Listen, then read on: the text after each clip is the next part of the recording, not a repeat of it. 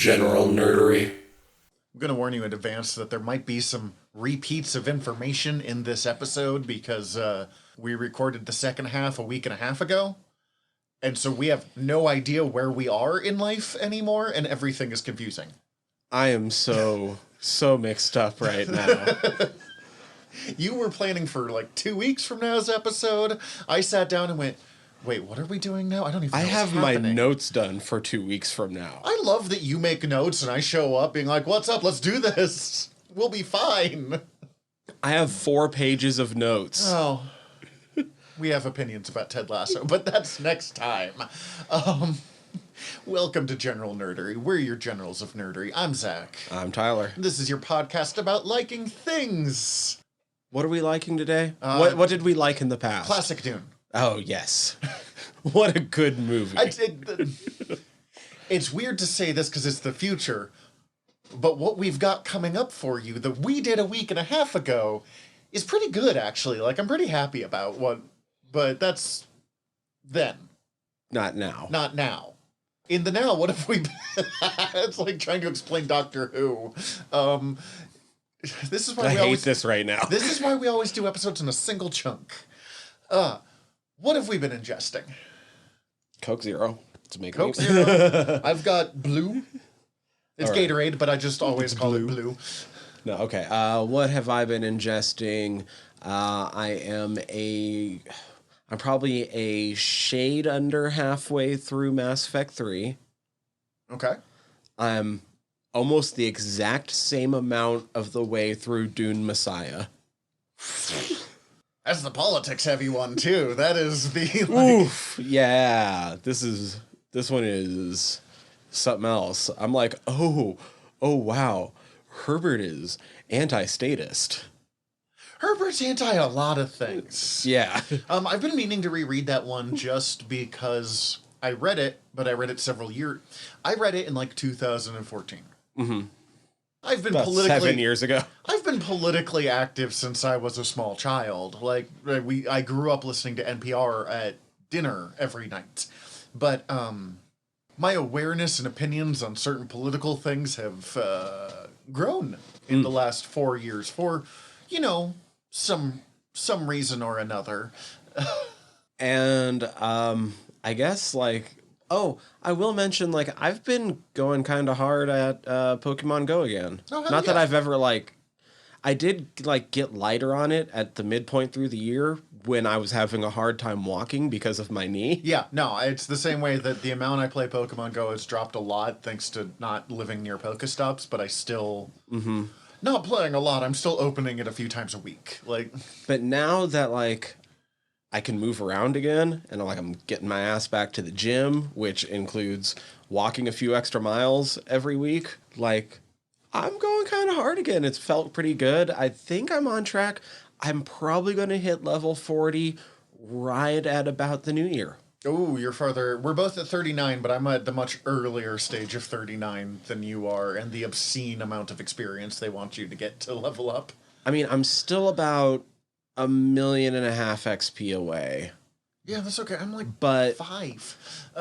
With all the events that end up going on towards the end of the year, You could do it. I have a feeling I'm going to hit 40 right around the same time as the new year. They have fucking guaranteed that I will have 2 special researches until next Halloween. Because both of them want me to catch 40 ghosts. And I caught a lot of ghosts last time, but I had been out for a little bit and then loaded up and was like, oh, I should make sure I get the Halloween thing done. Oh, caught 40 ghosts.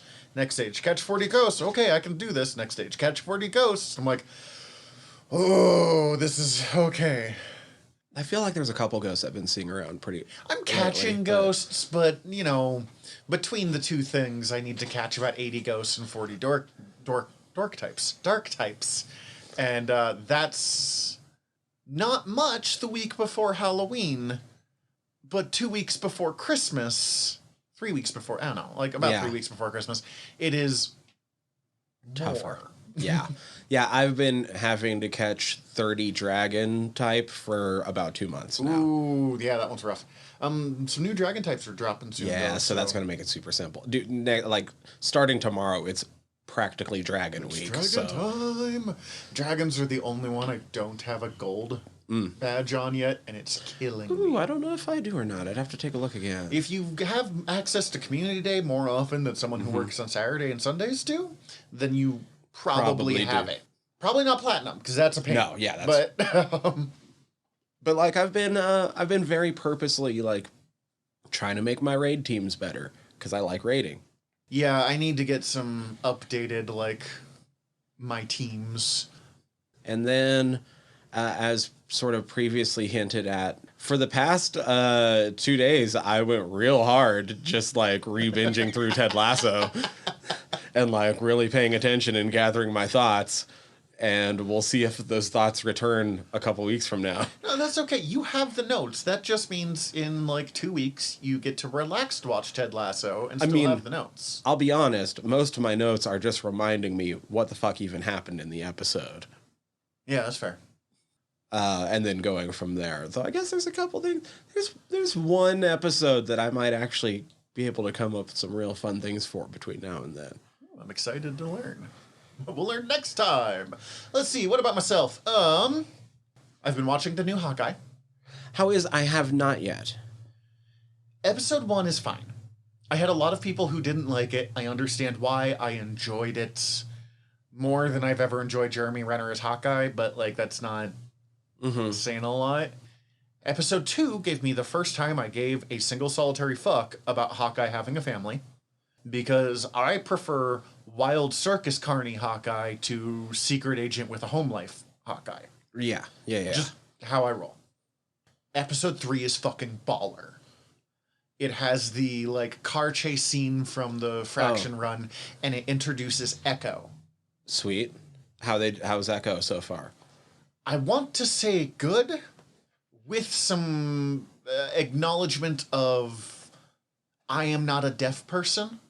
Oh, okay. Yeah. So I am not, and the actress. So as is, far I as believe, you know, it's being done well, but yeah, my friend who is deaf did have some critique, but his critique was she has this bit. She sees Hawkeye has a hearing aid, and she does not approve. She's like, you would do better, don't rely on technology so much, yada, yada, yada.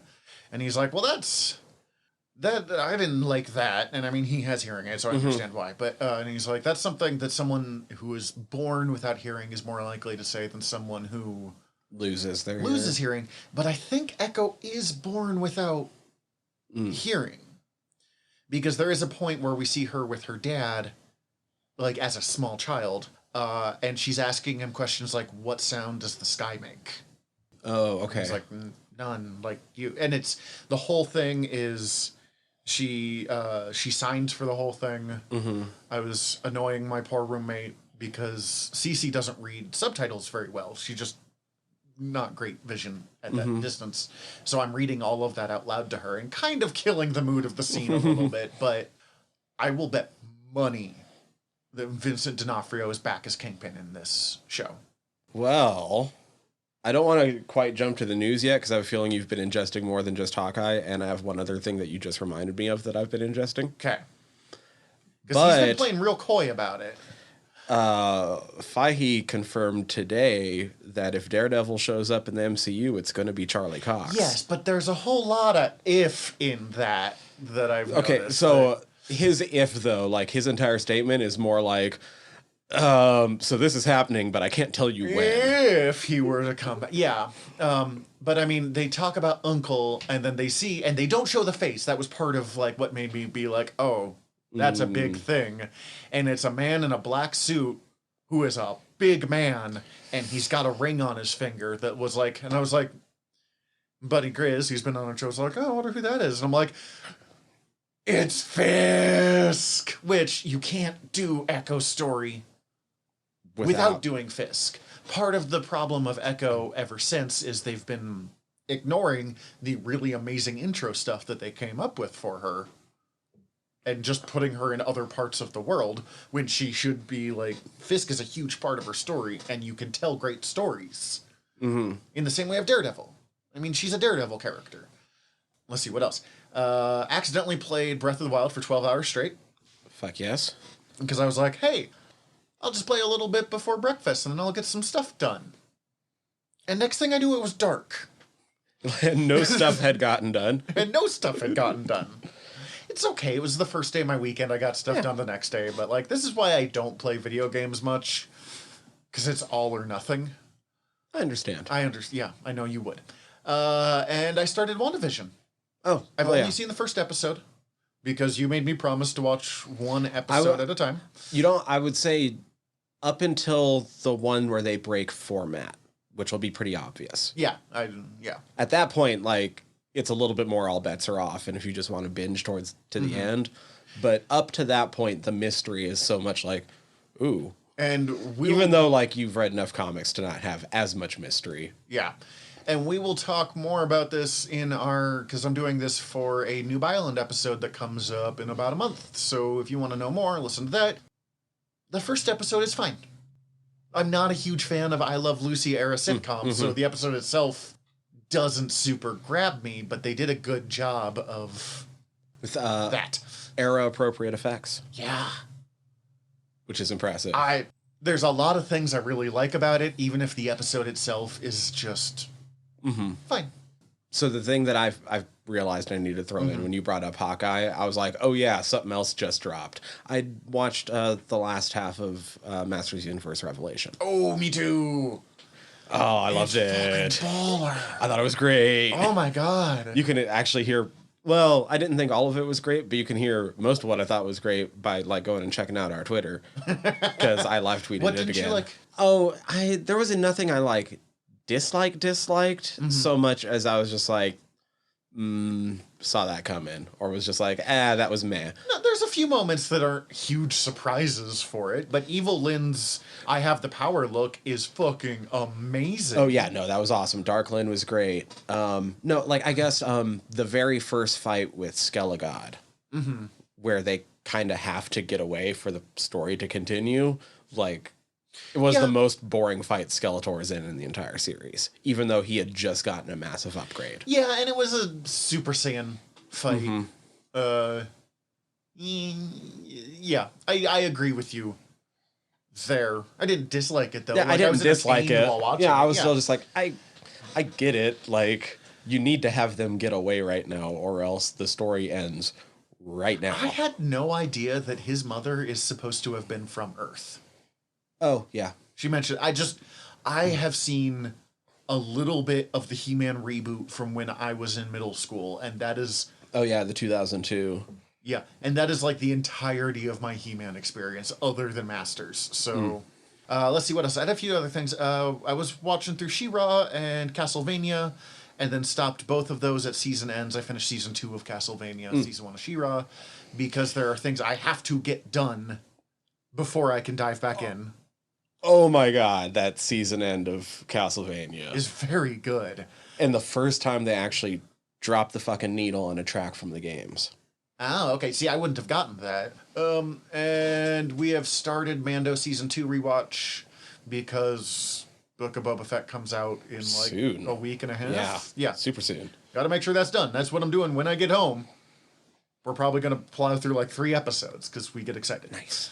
Hell yeah. I should do that too. I offered to do 2 seasons, and Cece's like, no, we don't have time. We will if we watch a lot of it. I like your thinking. It's the problem of working full time. Right. So we got news-ish. We got news. Mostly like 2 more trailers to talk about. Yeah. Because trailer means things are actually coming out. Yeah, and we have things to have, and we have things to have opinions on. Oh my god. Let's do Matrix first. The one that I am less excited about while still looks super good.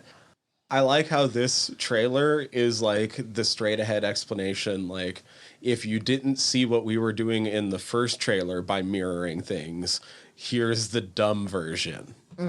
Well, here's the action version. Here's the bit where we're really showing, like, this is still a Matrix film. Because the first one... But now it's more like, why is this being mirrored? Because it is implied by some of the dialogue in that trailer that some of it is intentionally being fed to Neo to keep him clouded. But it seems like things even in the real, quote-unquote, real world, or people from the real world are also kind of part of that loop. Yeah, there's a whole lot of I'm just hoping it's not Inception with a Matrix within a Matrix or something like that. But is this setting up for a new trilogy, or is this a standalone? I would imagine it. I don't think it's intentionally setting up for a new trilogy, but I think it's one of those ones where it's like, let's, if somebody has the right idea. Yeah, I kind of got the sense that this whole thing is happening because who is it? It's Lana Wachowski that's doing this one, being like they've been telling me for years they want to do another one. If I don't do it, Somebody's going they just to. will. Yeah, so I better do it. I mean, the reason Zack Snyder took Watchmen. He's like, Yeah, but at least I'm a fan. but I 'cause they're trust Wachowski to do this more than I trust. No, but I mean, it's the same deal though. Like, they're going to do it.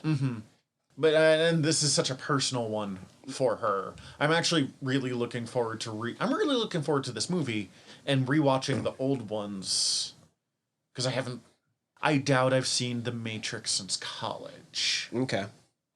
I'm trying to think when the last time I would have watched them was. Probably post-college, maybe once. For sure in college I rewatched them all, but I'm trying to think what else pull from it. I know they normally in the comics keep this character clean shaven, but I kind of want Keanu, like bearded Keanu, as Eternal Warrior. Yes. Oh my god, yes.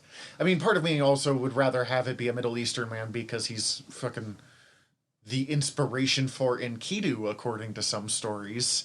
But he looks the part, and I would rather have. There's this need that people have, which we talked about a little bit with our Valiant Universe episode, to make Eternal Warrior just fucking ripped. The Dave Bautista choice. Which Yeah, was but a he's rumor for a while. kind of lithe. He doesn't, like, he needs to be muscled, but yeah, I don't want Arnold to be Eternal Warrior. Oh, Jesus. Speaking of usually heavily muscled, but can do like lithe muscled, wasn't one of our fucking news items, but did you see the Jason Chromoa pics? No. Yeah, Is pics he surfer. No, but pics surfaced from back when he was attached to the Crow. Well, he used to, like, go look up his old Stargate Atlantis stuff. I mean, he still looked buff back then, but he was itty bitty compared to where he is. I mean, he's gone full rock with it of like, you are a huge. Oh my god. So my mom texted me. She's like, I watched Dune. And I'm like, oh, which one? And she's like, both of them. And I'm like, did you ever see the original? She's like, no. Like, okay, well, what'd you think? She goes, I really like the old one. It like had this and told the whole story and yada yada. You know, we'll get into our opinions of this later. And I was like, okay, what'd you think of the new one? She goes, it had Jason Momoa in it. Which that's Jason Momoa? Yeah. God, that looks like Brandon Lee. Yeah. That is. That makes me a lot more sad that his version didn't happen. Because I kind of had written his, like, the version I wanted happening was the Tom Hiddleston cast. I see that too. Not the Bradley Cooper was also attached at one time. Oh, that's terrible. I did not want to see that one.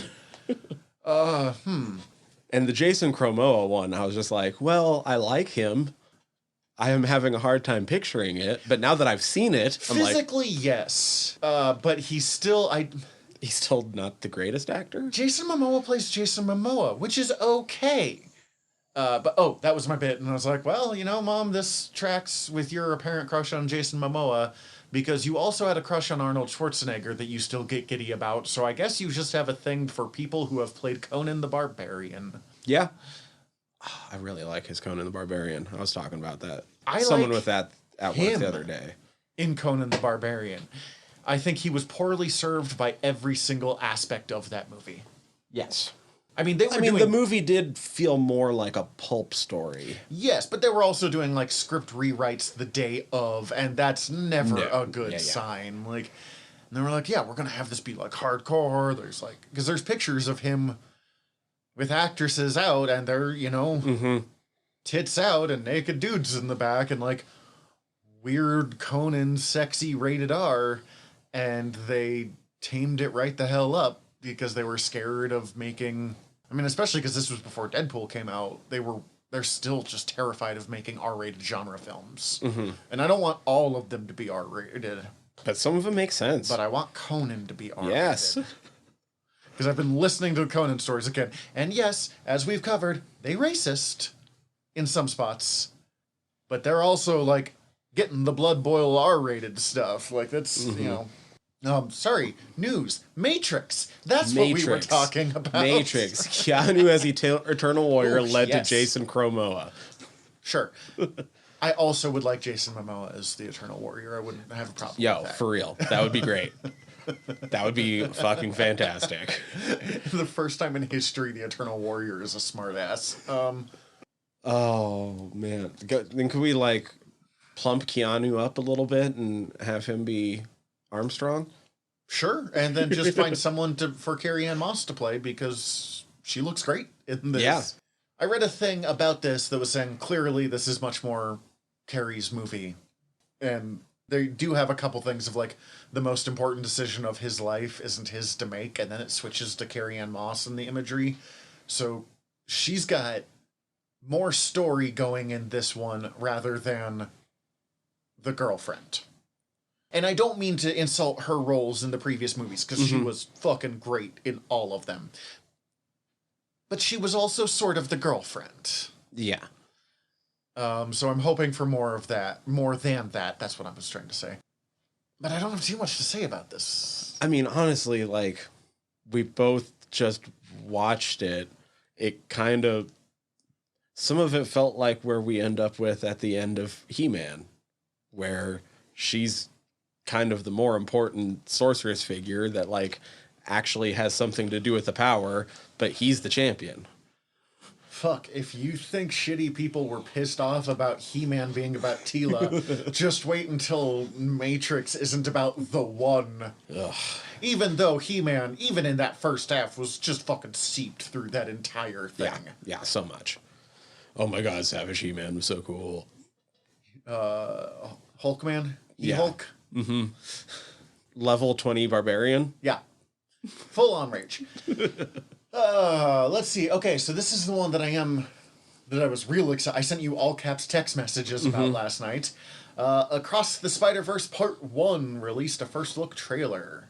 It's barely a trailer. It is like part of a scene. And I'm not even sure if that's actually going to be the scene. I was wondering if we're going to... I don't care. I watched it 5 times in the last 12 to 14 hours. I mean, yeah, you don't seem... You get the back half of what was already inferred at the end of fucking Spider-Verse. It was remarkable how... Not emotional like a lump in my throat, but emotional like excited I got the moment I saw that style of animation again. I cannot get over how much I love the animation style of these movies. Yeah, pretty fantastic. And that new little bit that he falls into is pretty great. Yeah, it's different. It is definitely not following the exact same... It's almost sketchier. Mm-hmm. Which, it looks a little bit like some of what we saw of her universe. So I'm wondering if he's going to end up in hers for part of it. That one definitely wasn't hers. Hers, well, first off, is mostly bisexual lighting. That's true. But it also, like, I just rewatched the movie this past week. I didn't include that with my ingesting, but it's coming I have too. I have that new TV that I've just been putting through its paces. Only reason that it might not come up tonight, because I'm thinking about this, is because Boba Fett, But hers isn't so much sketch as I would describe as almost chalk. That's fair. And even that's not quite fair. Like, chalk is not what I would... It doesn't look chalky, but it looks more like that, and like faded and like... Yeah, painted. And like... I mean, her place looks vaporwave, basically. To an extent. Yeah. Oh, God, that movie's so good.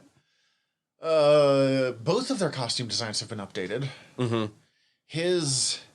Well, and now he has a costume. He has a full-on costume. I like the old one better, but I also think the old one is the Miles Morales suit. Like, how it appears, the kind of homemade, redesigned Spider-Man. It is my favorite version of Miles Morales' costume, and the Miles Morales costume is in the top 2 of the like greatest designs of costuming of the past probably 15 years of comics. The other one being Gwen Stacy. And I like the look of his original suit, but I like what him getting a new suit truly represents. I do. And it's not enough that I'm like mad about it. I just like the other one a little better. It does seem like they've got a kind of tracksuit look that they're going for it with the stripes down the side. I like it infinitely better than his new costume in the comics. I don't know if I've seen his new one in the comics. It's not great. Okay. It's fine. But his old costume is fucking great. So fine. I don't know. It's much more all red, and then he's got like the coat is much more of a part of it. Okay. But it goes up over like what would be up over his nose, like it hangs out of like a kind of collar scarf thing. Okay. I'll just have to look it up later. It just looks like it should be falling down all of the time, or like he's having to like prop his shoulders up to keep it like. Again, it's not bad. It's a decent Spider-Man redesign. It's just not as good as the classic Miles. And then Gwen looks almost the same. They changed her ballet shoes for Reeboks, basically. Yeah. And then slight tweaks to her arms, and we think kind of her torso parts, but not... any changes to her torso is small enough that you and I couldn't place what it was, just that it looked a little different. Yeah, I could fucking swear that there was something different with the lines on her torso, but I don't know what they are. Like I could not. I went back and forth, and I was like, maybe not, but I could have. We paused it on your big fancy TV, and we're looking at the old one on my phone, and hers looks great. It's still fine. Yeah. The returning cast we have for sure is those two and Peter B. Parker, which are the 3 that you need to return. So, yeah. No word on John Mulaney or Nick Cage, or I really should have looked up Penny Parker's actress's name. Kamiko Glenn, which I kind of feel like if you're not going to have one of those, you shouldn't have any of those 3. And I was worried about adding too many more spiders. So adding, for sure, Oscar Isaac as Miguel. I wouldn't mind seeing Penny back just to see her, like, victorious in a battle and not get her fucking... Sure, she's the only one that didn't really fully win. Yeah, no, she kind of got her shit rocked. I mean, she did a fair amount of shit rocking herself. I suspect in part 2, we're going to see those 3 back. Oh, that's the other thing. It's confirmed part 1, part 2. Yes. Which we didn't know that before. We knew they were making 2 and 3, I think that was one of the big surprises. They hadn't... before it was just Into the Spider-Verse 2, and now it's Across the Spider-Verse Part 1. Mm-hmm. Who I want is Mayday Parker, who is the daughter of Spider-Man, because my own little, like, headcanon, if I got to choose what to do, at the end of Into the Spider-Verse, Peter B. Parker was like, do I want kids? So I would have it of he's going to be a dad now. Like, he's gotten back together with Mary Jane. He's going to be a dad. He's freaking the hell out about it because he is a mess, you know. And then he meets an adult version of his daughter and has to deal with that and have it really become real for him that he's going to be a dad. And she has to meet, like, the messed up, dirty version of her dad. Not dirty, like creepy, but just, you know, kind of heavyset and wearing sweatpants. I love Peter B. Parker. I don't know, like, we're getting Miguel. I can't wait to see fucking Oscar Isaac tear it up. I'm so happy about that. He's also, like, beating the shit out of fucking Miles there for a minute, and I'm curious to see what all goes down with that. He's at the very least, like, full-on grabbing him, being like, you will come with me to what looks like 2099. Mm-hmm. Megacorps are just a real thing now. 2099 doesn't seem that radical anymore, other than the, like, flying cars. Other news, unless you have other thoughts about Spider-Man. Ooh, do I have other thoughts about Spider-Man? No, I mean, we don't get enough for me to have other thoughts about Spider-Man. That's kind of the thing on these trailers. There's just, both of them I was very excited about, but they weren't, which is what a trailer should do. I don't want the whole story in the first, like, 2 minutes. Invisible Woman, our small bits of comic news. Let's see. The big story is that IDW, which is generally the number 3 or number 4 spot in, like, the rankings of the big comic book companies, It's like DC and Marvel are big two, and then Dynamite, IDW, Dark Horse, and Image kind of scrap for the next position. It's usually kind of Image and then IDW, but those ones circle a little bit. But IDW looks like it is losing its Hasbro toy license, comics license, which means they're losing Transformers and G.I. Joe and probably Dungeons and Dragons and My Little Pony and ROM Space Knight. And, I mean, they don't have a ROM book running right now. I think they have a My Little Pony, but who knows? And those other three aren't confirmed, but it sounds like they're for sure losing Transformers and G.I. Joe. Wow. And that's big for them, because those are, like, other than TMNT, kind of their, like, reliable moneymakers. Especially as long as they keep making those movies. Yeah. I mean, it's the fucking Transformers. Like, there's always Transformers stuff coming out. And they do good work. Like, I'm not a Transformers guy for the most part, and I owned several of the IDW Transformers books. And kind of, they haven't officially announced this yet, but some of the confirmation, their editor-in-chief, who has close ties to Hasbro, and came up after, like, editing those lines and being the chief Hasbro editor guy, is out. So it really seems like they're gone. And there was a lot of question of who is going to take over these lines. I was going to bet money it was Marvel. I still think there's a decent chance Marvel swoops in. Marvel used to have these lines, and they've been putting in a lot of effort into reclaiming IPs that they used to have. They reclaimed Conan, they reclaimed Star Wars, et cetera, Most of Star Wars. That's going to be that. But it sounds like Image is going to be the new Hasbro people, which is a really interesting, kind of wild thing. There's no confirmation of any of this or where it's going. How would that work within the Image? It is unclear. Okay. Now, for those of you who do not know, Image, as a company, owns no IPs. It owns no intellectual property. Image has their different, the different founders had their different imprints, little mini companies. There's Top Cow. There used to be Wildstorm. There was whatever McFarlane calls his Spawn stuff, whatever. Oh, yeah, whatever it is. Top Cow's the only one where the name has really emerged. But everyone... It's probably McFarlane is the best Suck It Losers. Yep. Yeah. That was really good. I'm sorry. But... it's all creator-owned stuff. Now, over the last 10 to 15 years, it's become much more common to just publish under the Image banner instead of, say, under Top Cow, under whoever, Shadowline, under whatever. Kirkman's is Skybound. And they did publish some of these before, but it was Dreamwave was a separate company that was just... They were making the comics and stuff, but they were publishing through Image. Right. And then Dreamwave turned out to be a giant scam, and people were owed millions of dollars. And Dreamwave is a whole thing that we're not going into. But this is still really unusual for them to lease an IP through Image. Top Cow used to have the, like, Lara Croft Tomb Raider IP. But other than that, and I recently saw Summoner's War, which is apparently a mobile game that I did not know about until I bought the comic and went... This feels like a wider universe.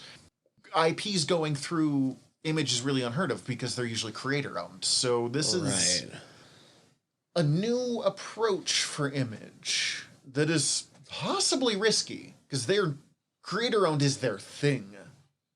But also, Transformers is a reliable cash cow. Yeah, that's going to be weird. I'm curious to see how this develops, especially if it does, in fact... go to Image.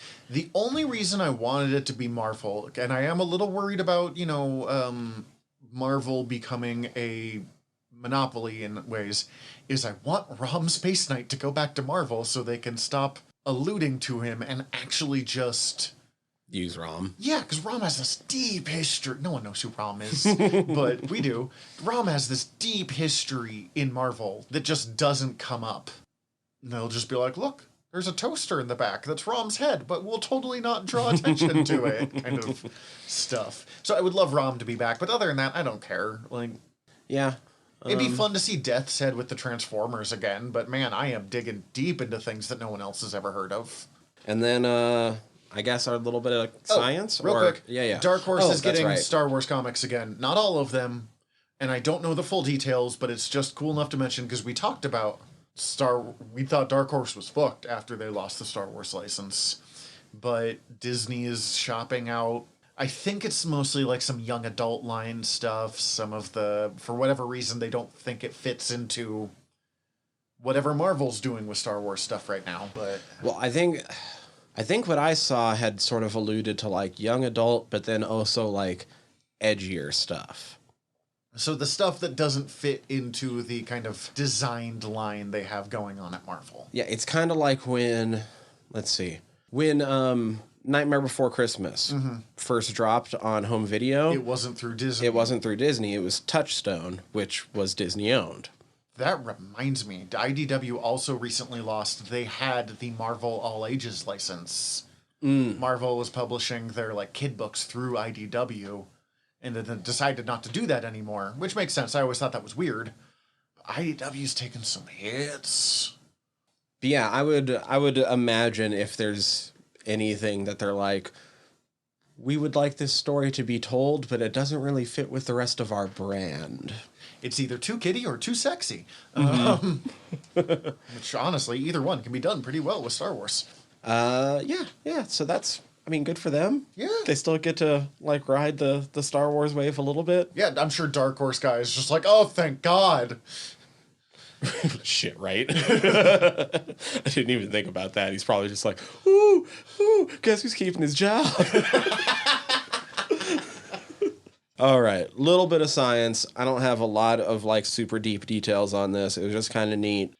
They finally, the year 2021, there was finally actually a study done to see how caffeine affects your like reaction. So have I been lying to myself for years while drinking the obscene amount of coffee I drink? No, like, so it's been kind of known, like, the alertness is just like, we all fucking know that. Yeah. Whatever. I think they've done studies, like, showing that your eye movements are definitely quicker. So there's certain things, especially if you're studying details on something that is stationary, probably can do it a little bit quicker. The difference with this study was most things in your life are not stationary. Mm-hmm. Most things involve either you're moving or the other thing that you're watching is moving. Yes. So does it help with that? Turns out it does. You have enhanced visual acuity, which leads to faster reaction times. Pick out finer details and more accurate details in moving objects when under the effects of caffeine. That said, be careful. You can fuck yourself up on caffeine. I've known people to do it. It takes a lot, but you can do it.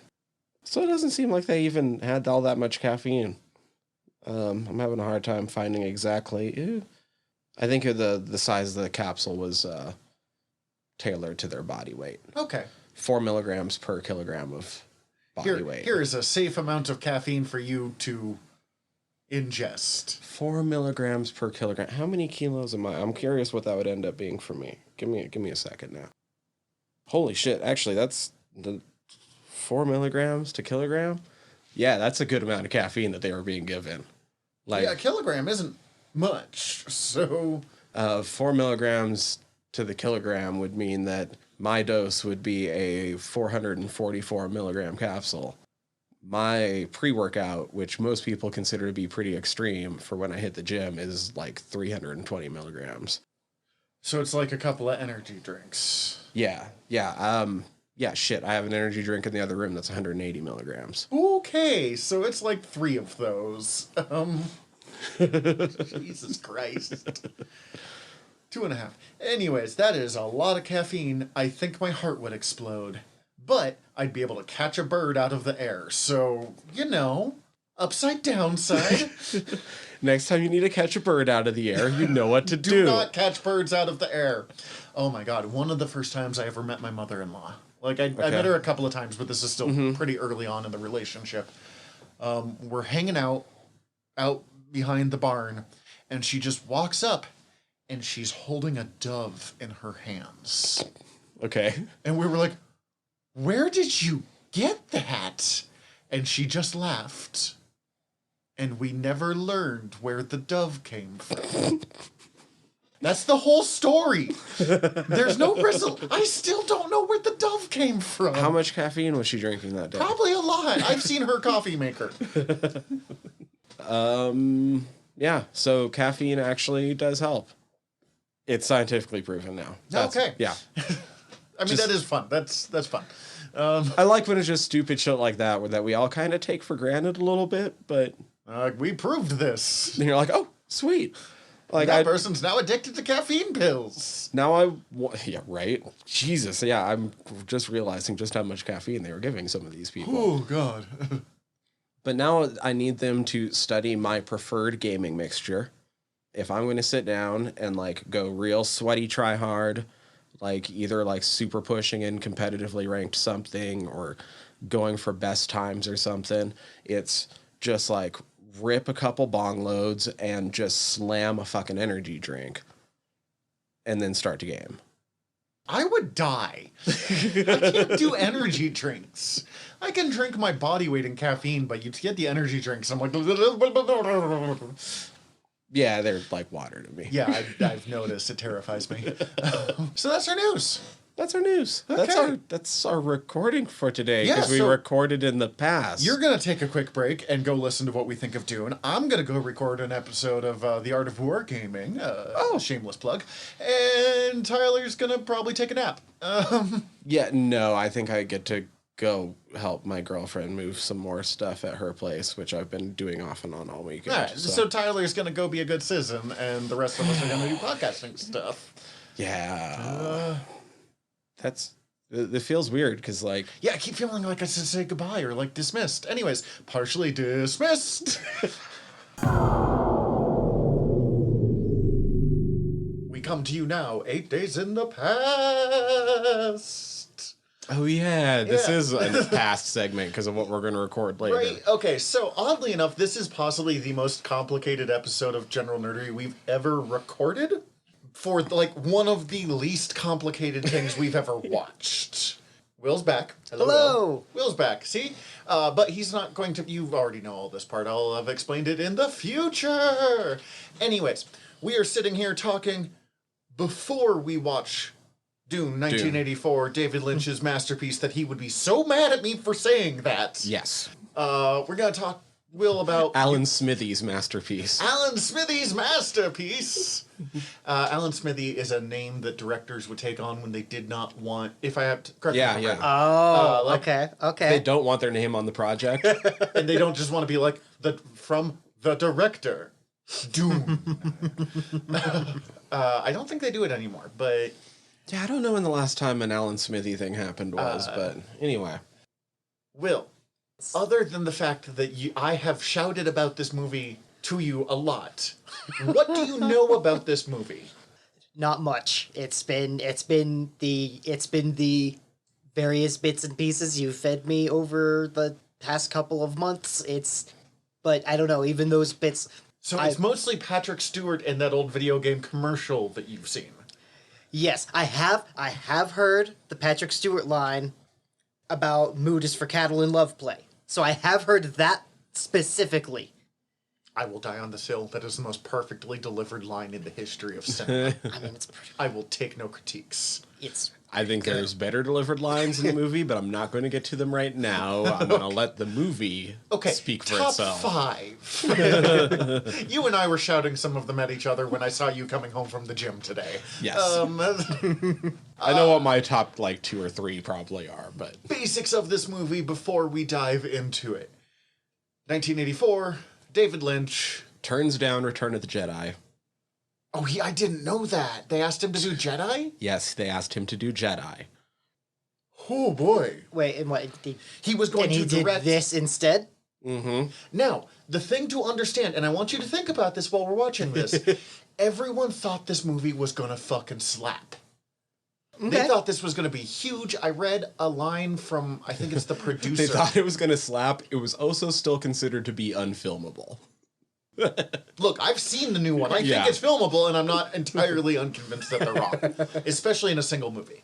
There is a quote, I think from the producer, although it's someone up high, that was like, we thought we were making Star Wars for adults.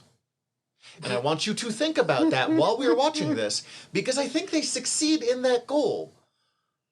But it also kind of entirely explains why this went wrong in my mind. Like, that's kind of my thesis. Because Star Wars for adults takes away all the fun, cool shit of Star Wars. I say that while fucking so excited to watch this movie.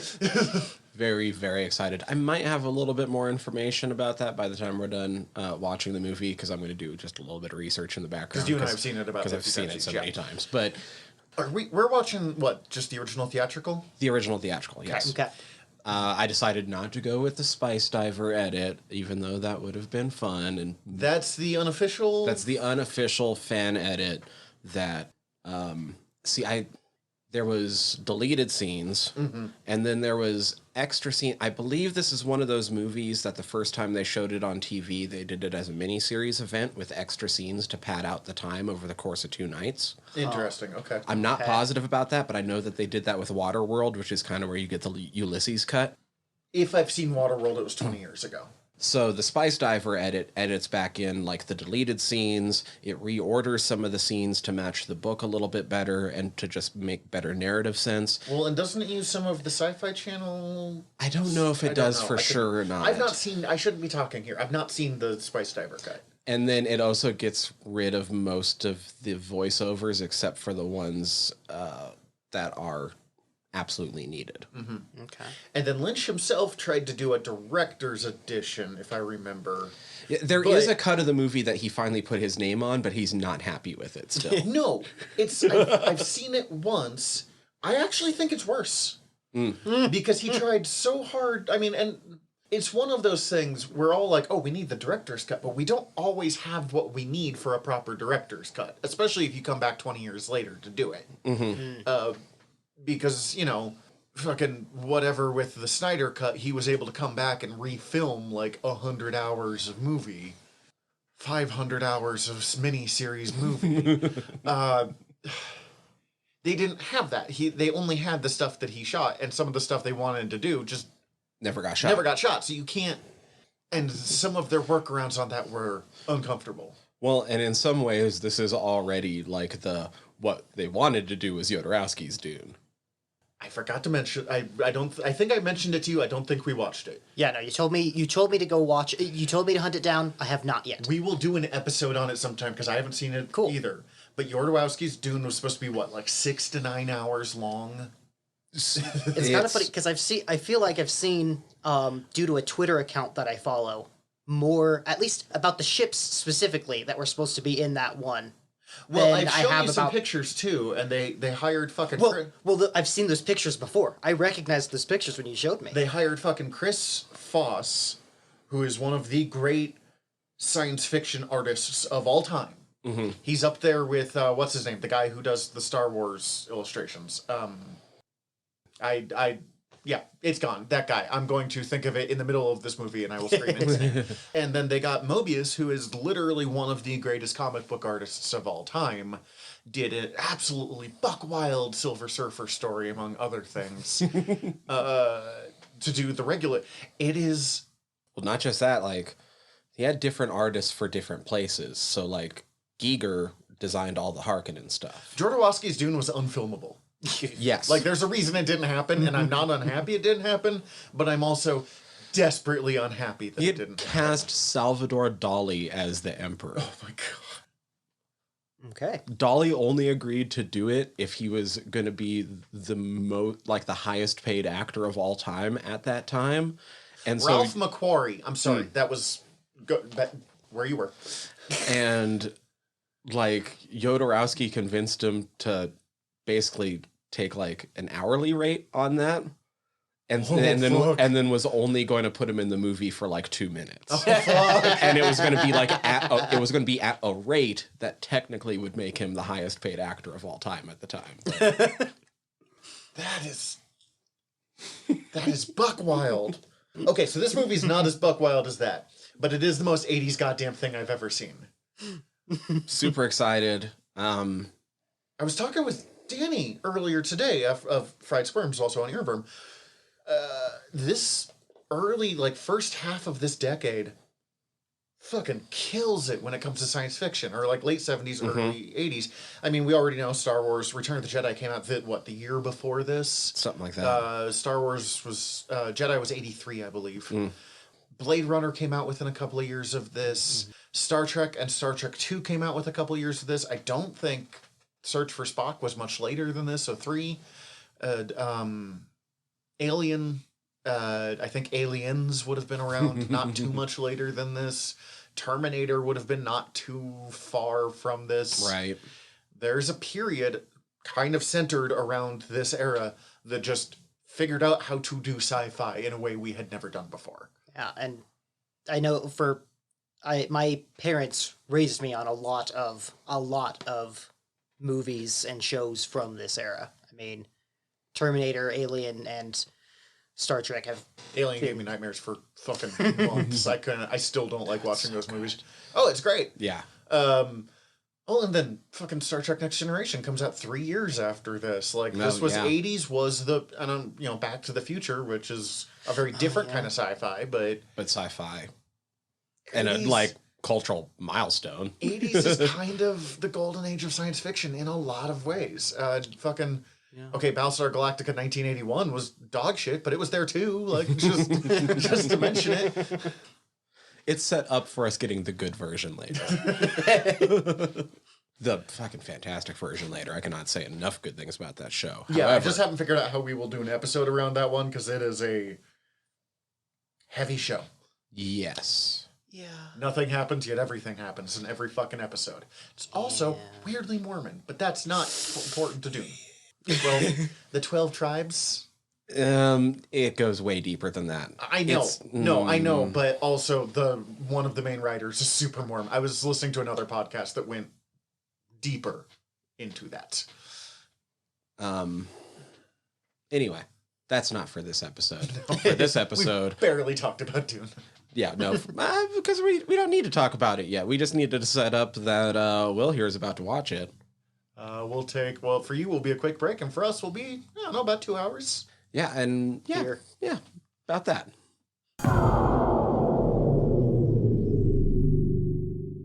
So I'm not going to lie, for the last 2 days and up through about partway through this movie, I was like, what if the new one has ruined this movie for me? It hasn't. It has not at all. And I'm like, God, it has. Like, I'm more excited about the pug than anything. And halfway through, I'm like, fucking yes! This movie is objectively perfect, and it's objectively bad. That's my thesis for this episode. Will? You just experienced that.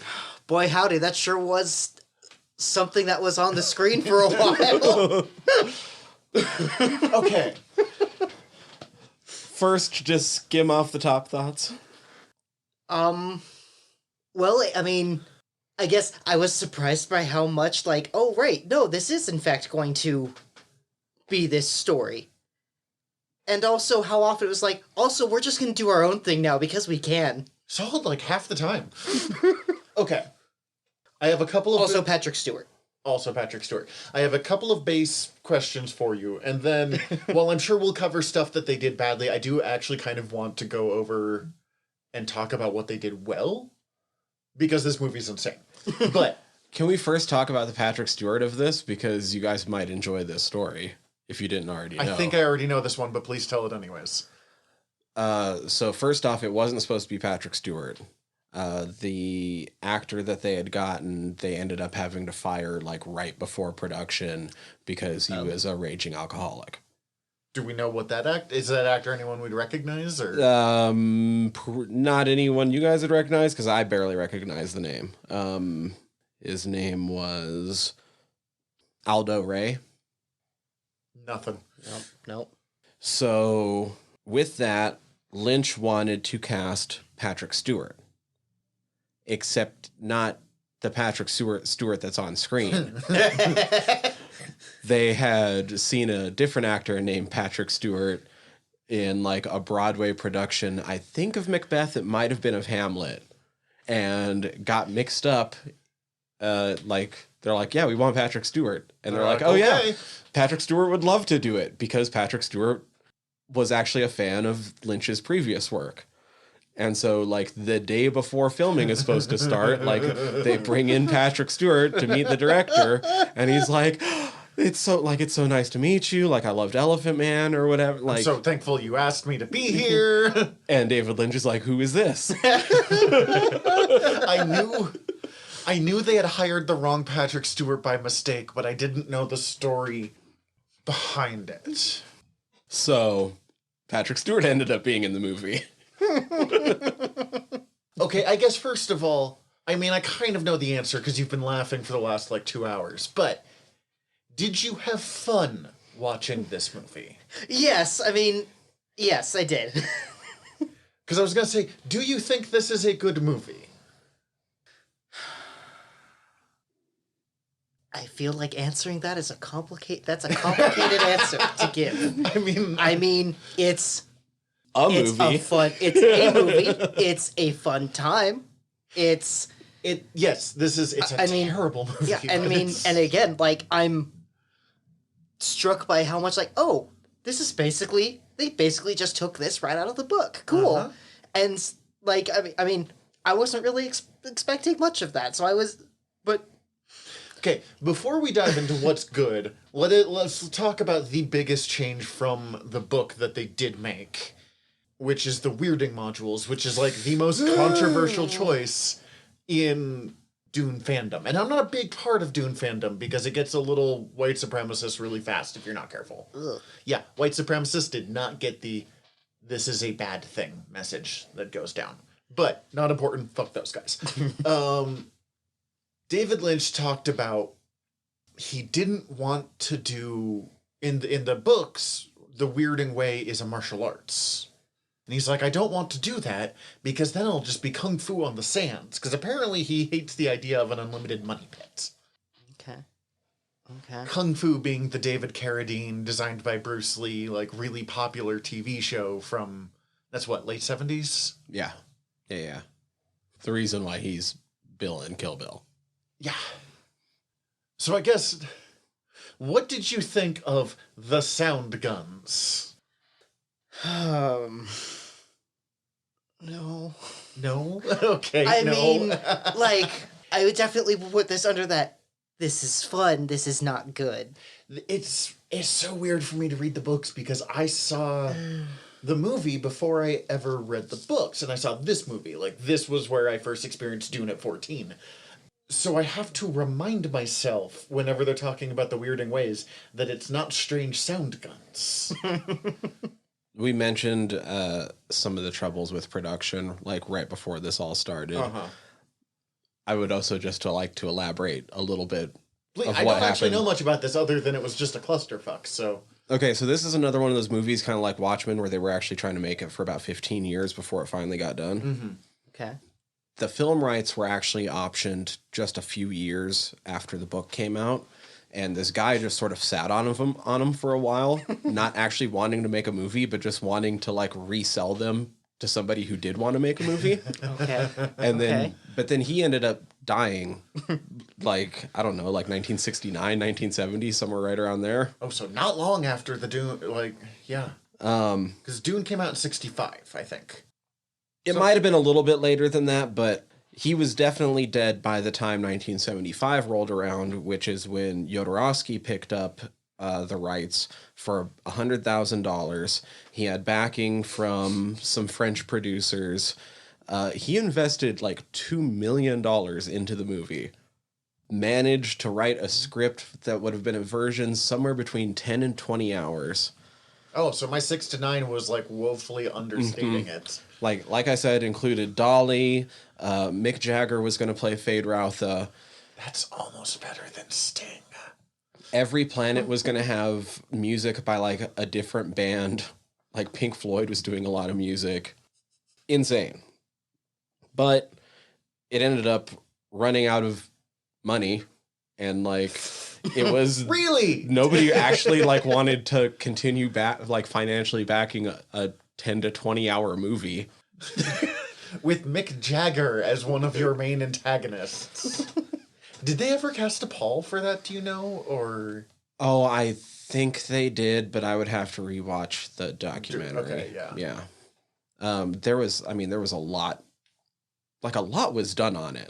He invested $2 million into the production. So you'll get somewhere with 2 million. And I believe one of the books that he made to like sell the movie, which are these giant volumes that there's only a few of them in existence, actually just sold at auction last weekend for 34 million, I want to say.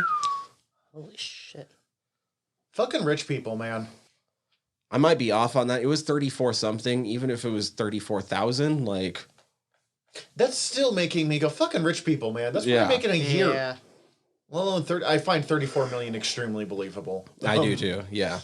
So the rights reverted back to the producers that he was working with.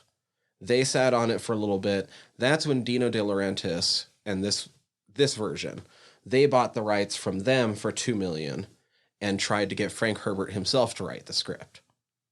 And Herbert that didn't end up working out. But I don't see Herbert being much of a script writer. Yeah. No. He did like this version. There was things about it he didn't like, but there's things about it everybody doesn't like. He also got paid good money to watch that. But he actually did, he signed off on it. He was the only one that did. Yeah. They then tried to get the script written by Ridley Scott, who had just gotten done working on Alien, which, like, 3 of the 4 main people that worked on Alien met because they were working on Jodorowsky's Dune. Mm-hmm. Okay.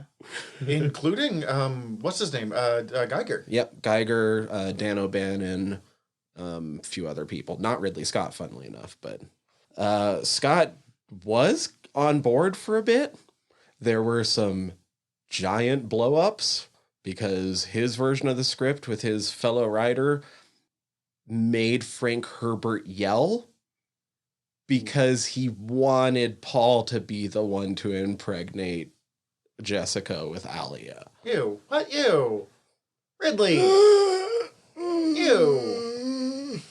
However... Also, imagine losing the job to make the Dune script because you wanted more incest in it. Well, it looked like they were getting over that, and like they might actually start going into production, and then Ridley Scott's brother died. Ugh.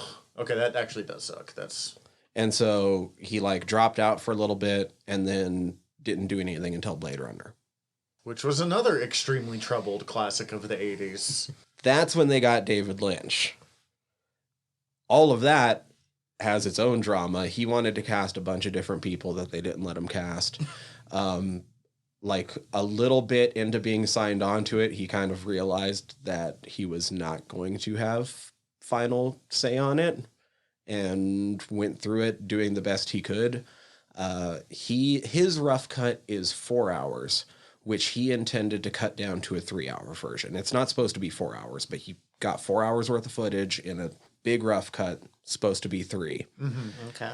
I believe him and the editor both took their names off the project because the final cut was basically in the hands of the producers who took that 3-hour cut and turned it into a 2-hour cut. Yeah, I think which is what we watched. 218 total I looked up, and I assume that includes credits, so more like 210. But they went $7 million over budget.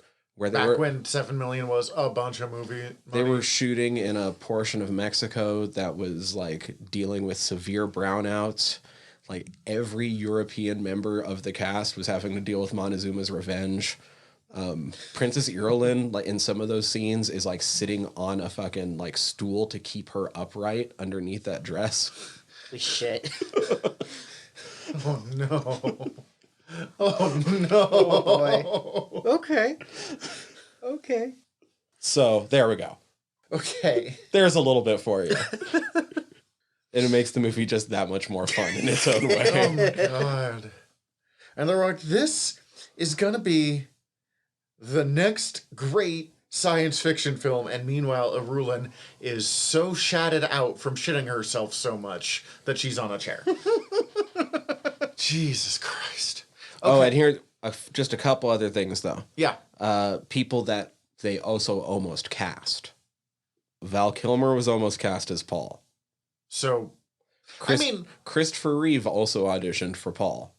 For some reason, I thought it was Paul Newman, but no, that makes sense. Christopher Reeve. Christopher Reeve played Superman, and Paul Newman played Batman in Batman Forever. and fucking gun guy. Val Kilmer, not Paul Newman. No, Val Kilmer. Tombstone. Doc Holliday. Jesus Christ, my brain today. Rob Lowe was also on the short list. Was this during Rob Lowe was still on a lot of coke back then, yeah? Yeah. Okay, so that would have worked. Rob Lowe was the, like, super happy boss on Parks and Rec, if you ever saw that. Okay. He was also really big in the early 80s, but he had a huge cocaine problem, and he slept with a 16-year-old, and it came out while he was on a wild coke bender. I am not trying to forgive that action, but it was definitely, he was like, well, no more cocaine for me. Jack Nicholson was considered for Gurney Halleck. And I actually would have liked that. And he also almost directed a version of it back when the rights were just sort of being sat on right before Jodorowsky's version went into production. I would not have liked that. Glenn Close turned down the role of Lady Jessica. Helena Bonham Carter was cast as Princess Irulan, but had scheduling conflicts with A Room with a View. How old is Helena Bonham Carter? Not that important. Okay, I just, for some reason, I didn't think she was, like, old enough to play someone of marriageable age in 1984. John Hurt was offered the part of Dr. Yue. Oh, I would have loved that. It would have made me like you. Actually, no. This guy played the perfect whiny little bitch Yue. Hurt would have actually given him, like, pathos and believability, and I don't know if I could handle that. Oh, and after Helena Bonham Carter was, like, had to back out of being Irulan, a ton of people were fucking considered. Kim Basinger, Melanie Griffith, Jodie Foster, Bridget Fonda, Jennifer Jason Leigh, Michelle Pfeiffer, Sarah Jessica Parker, Tatum O'Neal, and Brooke Shields. That's a whole big name of 80s right there. Okay, so I've been dying to figure this out. You said you had the best delivered line. I didn't say I had the best. At some point it warped into that as we were watching it, but like I have maybe like a top 3 favorite, like when you were talking like whatever the mood and love play. Top couple then, yeah. Well, like I will kill him. Just fucking anything to do with Sting in this movie. The Usul is called a big one. The legend continues or whatever. Again, it is the legend. Yeah, again, it is the legend. That's what it was. With the awkwardly long pause between again and it. But then the sleeper must awaken. Fair enough. I'll give you that. And especially just because the accompanying hand imagery, like I had a connection with before realizing it was from this movie. Because System of a Down used that as the cover art for their first album. Was that Toxicity or is it self-titled? No, it's the self-titled, yeah. And like when you open up like the liner notes, it's like the sleeper must awaken. And I was just like, oh, well, I mean, System of a Down and like super politically active and like, okay, I get it. And then like, oh my God, that's so fucking good. They're just giant fucking nerds. Okay, let's see. I'm trying. And an honorable runner-up. Anything Aaliyah says. She's kind of my MVP in this watch through. Like, every time I watch this, there's different things I focus on. My 3 ones on this one. 1, the pug. I don't know why I was so fascinated by the pug. 2, the random... They give him a name, but I don't think they ever say it in the movie. Harkonnen, like, general that has to, like, hang out with all of the, like, Baron and his family and do, like, well, he's flying around in circles. I guess I'll, like, do nails and a chalkboard noise. Like, this is my life. And fucking Alia of the Knife. Also, I think my favorite thing during this was just looking over at Will whenever the Harkonnens were on screen. Oh, boy. This is why I say that in the most recent movie, Baron Harkonnen was drastically underdone.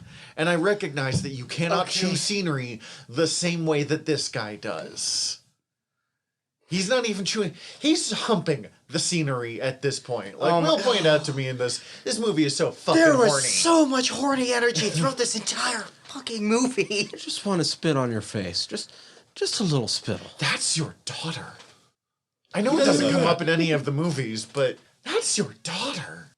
Lovely Fade. Lovely. Meanwhile, Sting is sitting there with like a giant plastic triangle on his dong, like. Dude, the first one where him and Raban are just sitting there while fucking the Baron's doing his shit. Sting is just like jacking off his knife the entire time. He's jacking off his knife, and they both are wearing cod pieces, and Raban's is flaccid as fuck, and Sting's is like, I could stab you to death with this. It's the fucking cod piece from Metalocalypse. Like, it's... They can't see it. Please stop doing that. Just, Nope. Okay. Also, the choice to make the Harkonnens ginger, I will never unsee them as that. Anytime they're not ginger, it looks wrong to me. Which is interesting how even bad movies can like permanently change your perception of fiction. Yeah. I mean, when I read the book, I see this version of what's her Gaius Monham. Oh yeah. Mm-hmm. Helen Gaius Yeah. Helen Gaius Monham. Yeah. She's so good. I really love the look of the Bene Gesserit look more like psychic space nuns in this one. Yeah. And maybe it's just from this movie that I think psychic space nuns need to be fucking bald. But like I mean, it really nailed that mysticism side of things, I think. Lynch is a good choice for that one. Okay, so you know what? Let's talk about this. What did they do right in this movie? Because it'd be so easy to be like, this movie fucking is awful and it's great. But no, like... I mean, other than the weirding module, this movie is stupid accurate for being only 2 hours long. Mm-hmm. Mm-hmm. Yeah. I mean... It's not compelling as an adaptation, but it's very loyal. Except for the parts where they decided to drift way off into Guild right navigators showing up in the first 5 minutes. 6 books will never show you a guild navigator. First 5 minutes, look! I did find how they decided to play that, like, that choosing the Emperor for their first scene.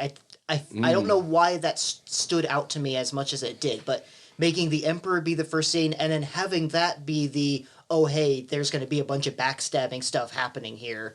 And having that be how it was structured, I found that interesting. It's probably why I'm as fond of the Padishah Emperor as I am. Like, when you and I were trying to do a podcast, when we realized we couldn't do Pod Emperor of Dune because someone else was already doing that, we looked at the Padishah podcast just because. Yeah. And if we ever get to do a Dune podcast, that's what we're going to call it. Partly because I'm just really in love with the Padishah Emperor, and I don't know why, because he's just a weird, shitty little guy. Yeah. Yeah. I think I just like that and fucking something Carino the 14th. Like, he's just got good names. Yeah, no, and I think they had a really good look for him in this one.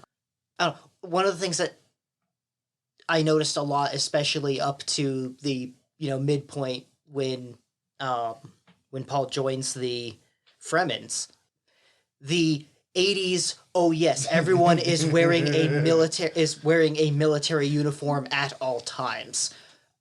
I'm not sure how I felt about that for the Atreides, but for the Emperor, I felt that was okay. No, this feels appropriate. It's got a very like Russian Tsar feel to it. Yeah, like that. yeah. I think they do a good job with the feudal of the look. I like the Emperor's like uniform style, uniform and stuff. Honestly, overall, I think costuming remains super fucking good in this. Even they're like, I'm not sure why you made this choice kind of choices, like the Baron having specially designed diseases and boils, and Jesus Christ, that's a thing to look at in the high definition televisions. There were moments where I was almost like, I'm just not gonna look while this is zoomed in like this. I'd rather not. Let me tell you, when you're watching it on VHS on an old TV, it is not nearly as like, oh, they put a lot of time into those boils. God, I wish they hadn't. I really wish I would have wrote it down when I got to it. There is one sentence in the book where if you like strained really, really hard and like locked yourself in a room for an entire weekend and ingested a bunch of spice, trying to extrapolate that one sentence, you could kind of get to like the Baron having boils. I mean, he is described as like a disgusting fat man a couple Well, of times, but like, yeah, but- no, I Yeah. guess having a doctor like curating his boils. yes, But Well, but you have to really stretch. I remember like coming across it and being like, oh wait, that's weirdly reminiscent of. your but that's skin, not. love to me, your diseases, So good. speak to me, and I'm like, Jesus Christ, man, your nephews are right there, and Raban is already looking like he's about to have a heart attack. Yeah, but the Sting's already jaying off. Oh yeah, so- no, Sting is into it. Fine, whatever. Just think about, okay, so everyone else, all the other families have that like feudal military kind of like early modern period, you know, Revolutionary War era roughly.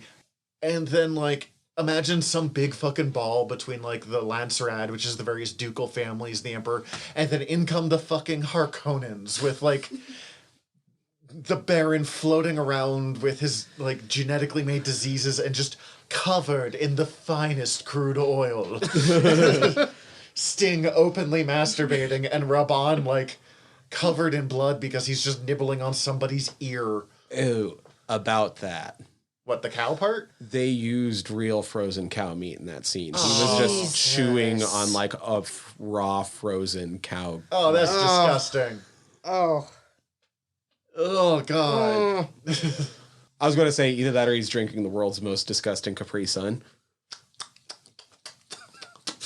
Every time I'm just there are some characters that if you put them up against their modern incarnation, I'm like, okay, I don't necessarily think you'd win in a fight, but like you give them a fight, like either version of Gurney, I feel pretty good having at my side. But like put Raban up against Dave Bautista. Dave Bautista and like Dave Bautista has more muscles in one arm than that dude has in his entire body. And I'm not judging, because Dave Bautista has more muscles in one arm than I have in my entire body.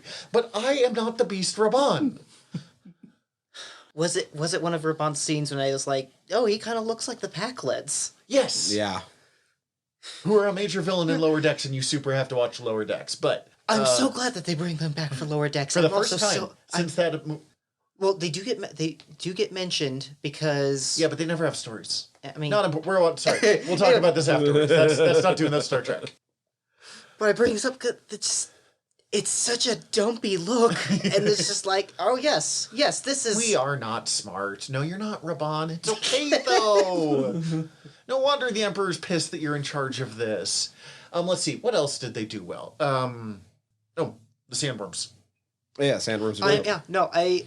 I was prepared to not be impressed with the worms, but I actually was.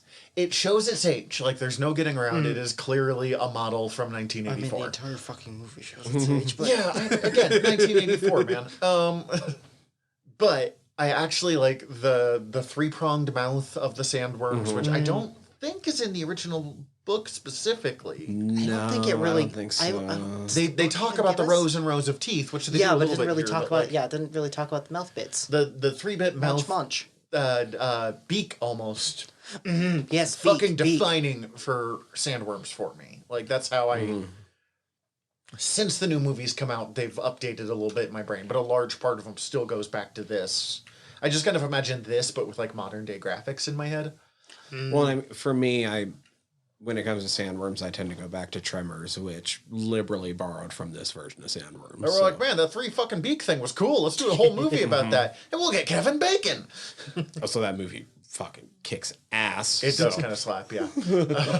Yeah, the sandworms are awesome. They're slow, but Yeah, I mean that's. but that's more technology of the time than. Go fucking watch Wrath of Khan. It's a great fucking movie, but that starship battle scene is the slowest fight scene in the history of cinema. The entire scene is pulling teeth. It's great though. It gets that sense of discomfort really well. But yeah, Wait, I feel like we almost didn't talk enough about the Guild Navigator, especially when talking about the horny energy of this movie. So, the scrotum with a vagina mouth pulled space from Ix. a 3-pronged worm-like vagina mouth. Yes. So like, I just imagined him for whatever reason. Probably because we're just like it's just within the last couple of days that I realized how close this was to Return of the Jedi. Like directly. Just imagine him, like, going into Jabba's palace to have, like, the worm versus the worm fight. Like, we have come here from Boshuda. Feed him to my rancor. Yeah, really add the horny energies to have the Jabba with the tongue going on. Let's just make sure that no one ever wants to have sex again. Okay, yeah. I just had to bring up the fact that it's a giant fucking testicle. With a vagina mouth, yeah. And really bloodshot eyes. I actually really like the design. But it is weird that they go from like, no, we're not going to... I feel like they just were hoping they would one day get to God Emperor and wanted to give, like, beginning... You know, my latest go-through, I did realize there's a scene where Paul in his visions sees a guild navigator, but it's not described. Yeah, that's right. That's fair. He goes, oh, a guild navigator. Oh, maybe I could become one of those. Nah, that'd be a waste of my powers. Fuck, that'd be useless for me, wouldn't it? Yeah. Okay. What is the horniest part of this movie? If we're going to talk about how horny... I've got two answers. Sting in but the it really cod is piece. Sting in the codpiece. Full plastic. Well, this might be an odd question for you, but... Just this, Sting doing this. No, it's when he goes to the full hands on the hips. And he's given the, like... That... I can't replicate that smile. I don't know how to describe that smile. I Because mean... it's pretty like unhinged. Jaw rolling and eye... I mean... Watching that bit there, I mean, we were already kind of joking about how he was probably high off his ass for most of this movie, and it just that bit, like, he just looks like they go be proud, and he went and snorted a bunch of cocaine and then did that. Yeah. If we're going to continue that, I'm going to say they weren't expecting him in the codpiece, that he just, like, they're like, all right, and then Sting will walk out through this, and he's like, I know how to do this better. The only, I think, runner-up to that, and this is something that is a kind of first-time experience here, was how fucking horny I was for Lady Jessica through this entire watch-through. And I'm not sure why, because that's, like, I've always been like, she's gorgeous. Like, she's a very beautiful woman. And this entire movie, I was like, fucking rocket Lady J.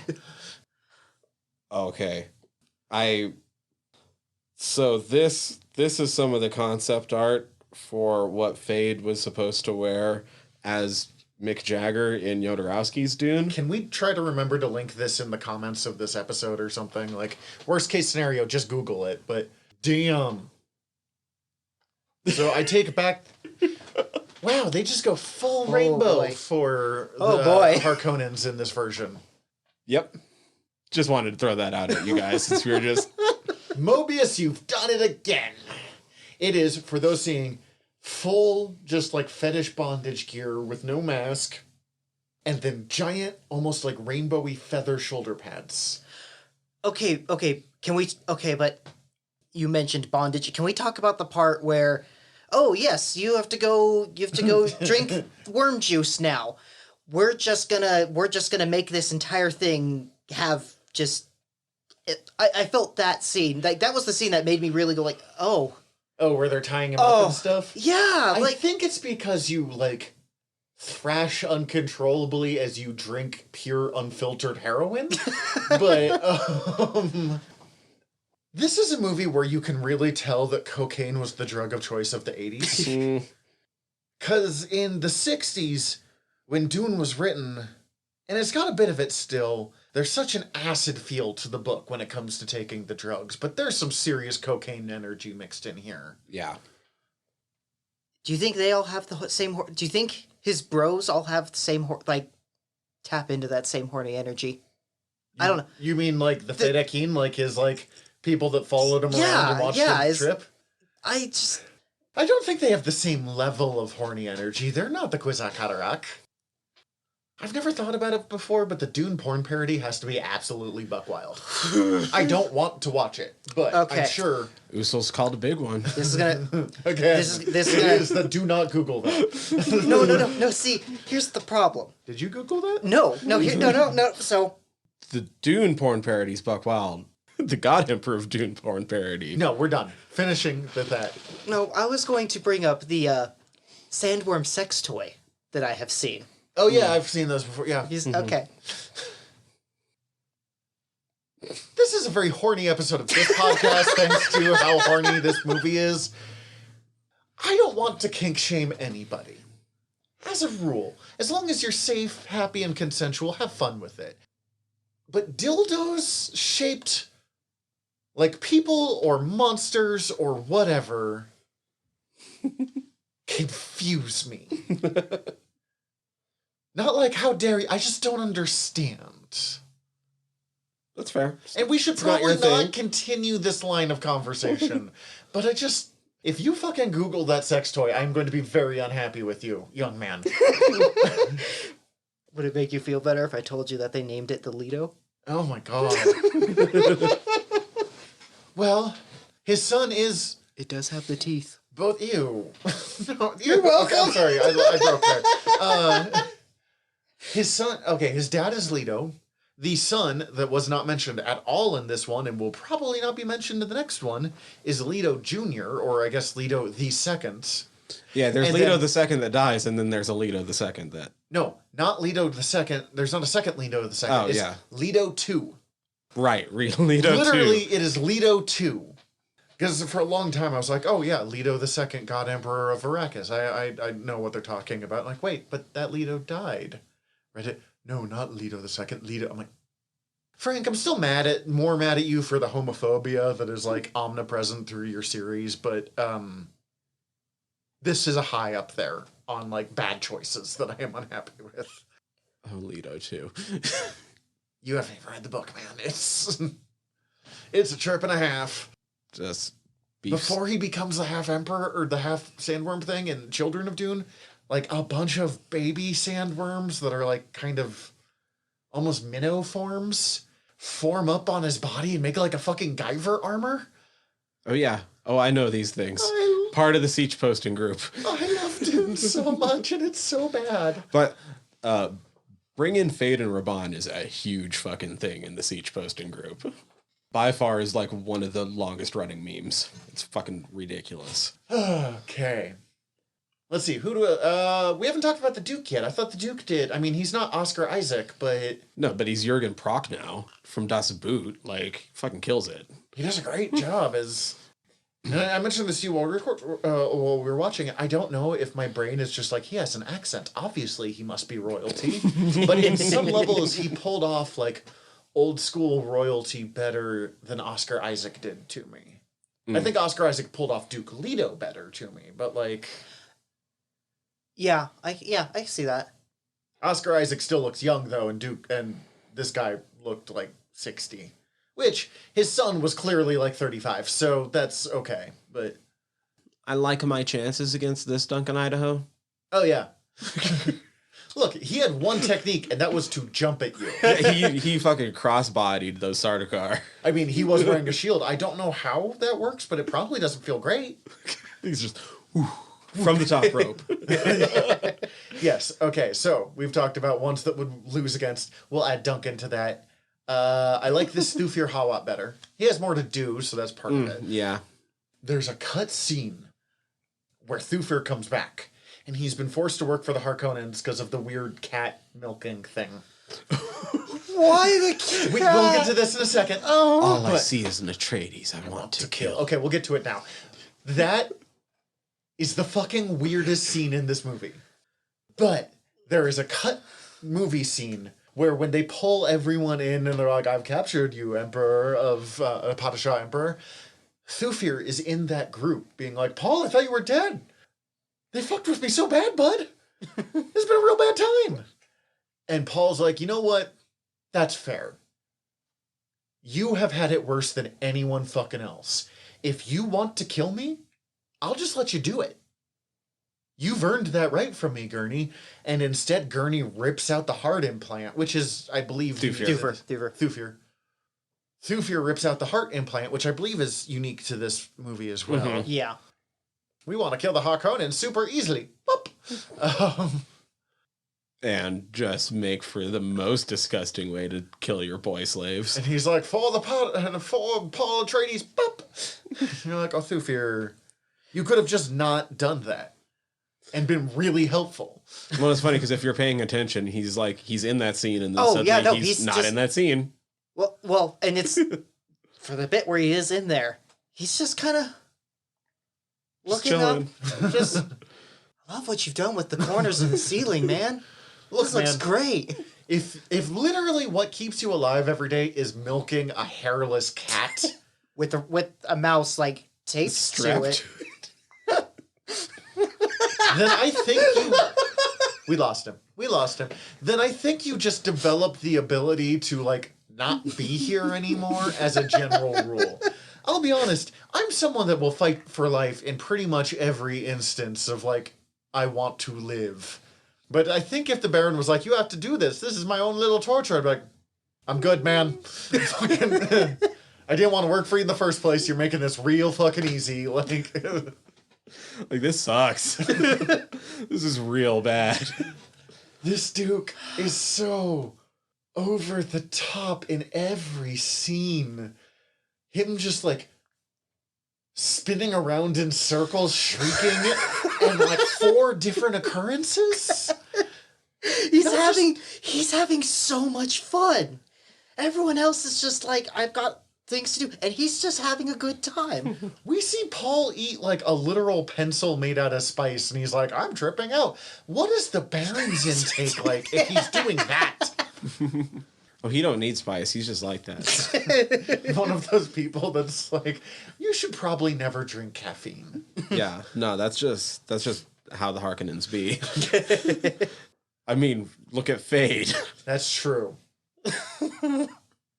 And not to put in an unintentional pun here, and I'm already mad that I realized it, but like the bit kind of where all of the Fremen are always kind of low-key faded and drugged out, and then Paul comes in being like, I must have all of it now, yes. And they're like, all right, dude, we'll follow you, whatever. Like, but you need to calm the fuck down.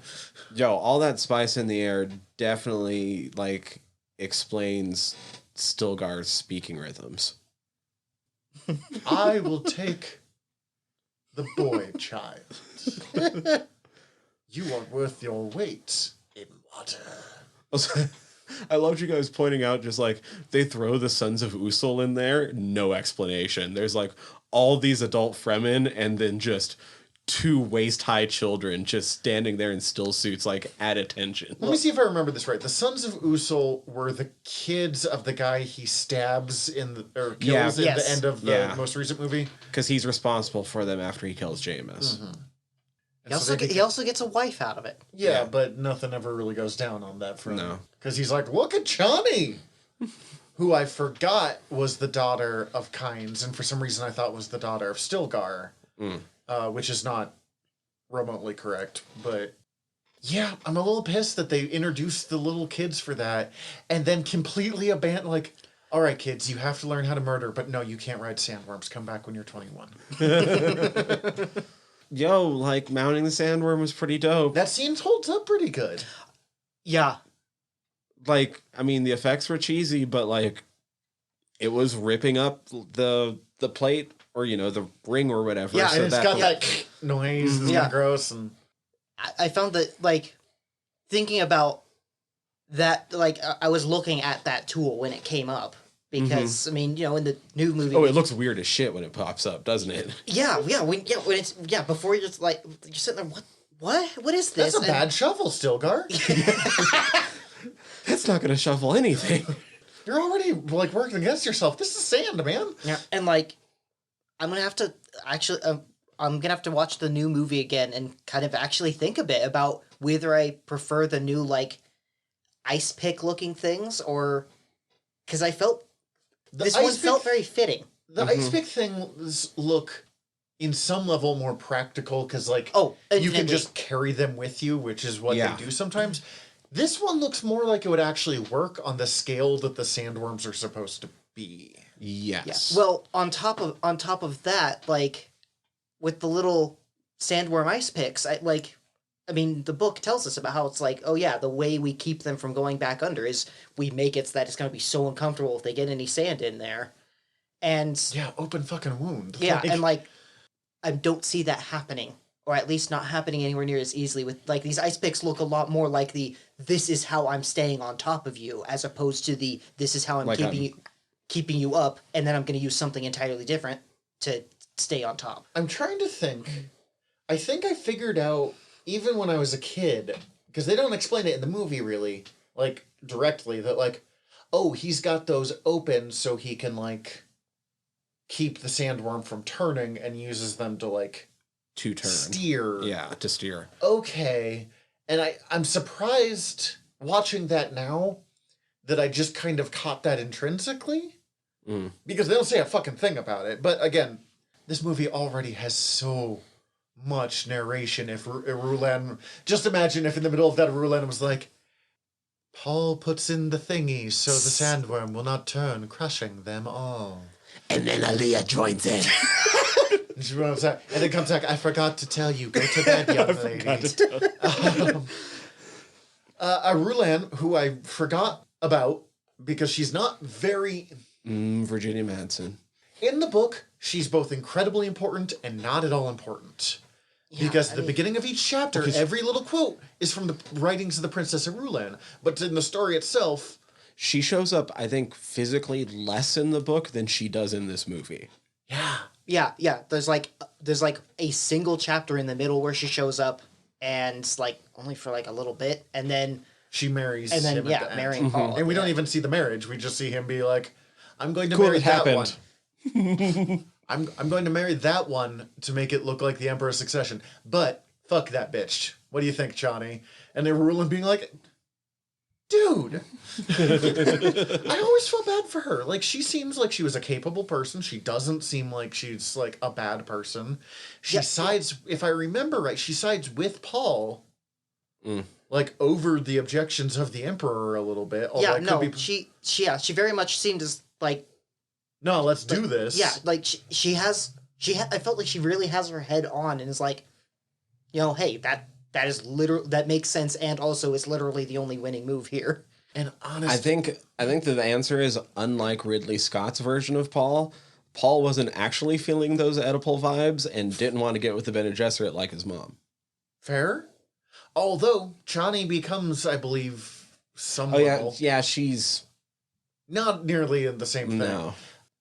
Because who doesn't trip nuts on spice on Arrakis? Well, and if I remember in the book, there's kind of some indication that if the Emperor hadn't been a douchebag and had been like, hey, Leto, I don't have a successor. Let's marry our two families. You're super popular. I'm the Emperor. I'll be the Emperor for the rest of my life, but, like, your son will be the next one. Mm-hmm. The Empire could have almost gone through a new golden age. But instead, he was a dickbag. Yeah. Along with everyone else in that book, including but not limited to Leto, who is the least dickish. But And the Bene Gesserit assured that he never had heirs because they didn't want the power going through him anymore. Bene Gesserit made sure he never had heirs. Even though, again, Irulan is right there and clearly super capable. Sexism. Of course, their plan was supposed to be Lady Paul, who marries Fade Rutha, which, especially now, like, just imagine what being married to him would be like. Every moment of that man's existence. He's another one where I'm supposed to imagine a 15-year-old in a couple of scenes, and I just see Sting. I'm like, well, that doesn't work. Yeah.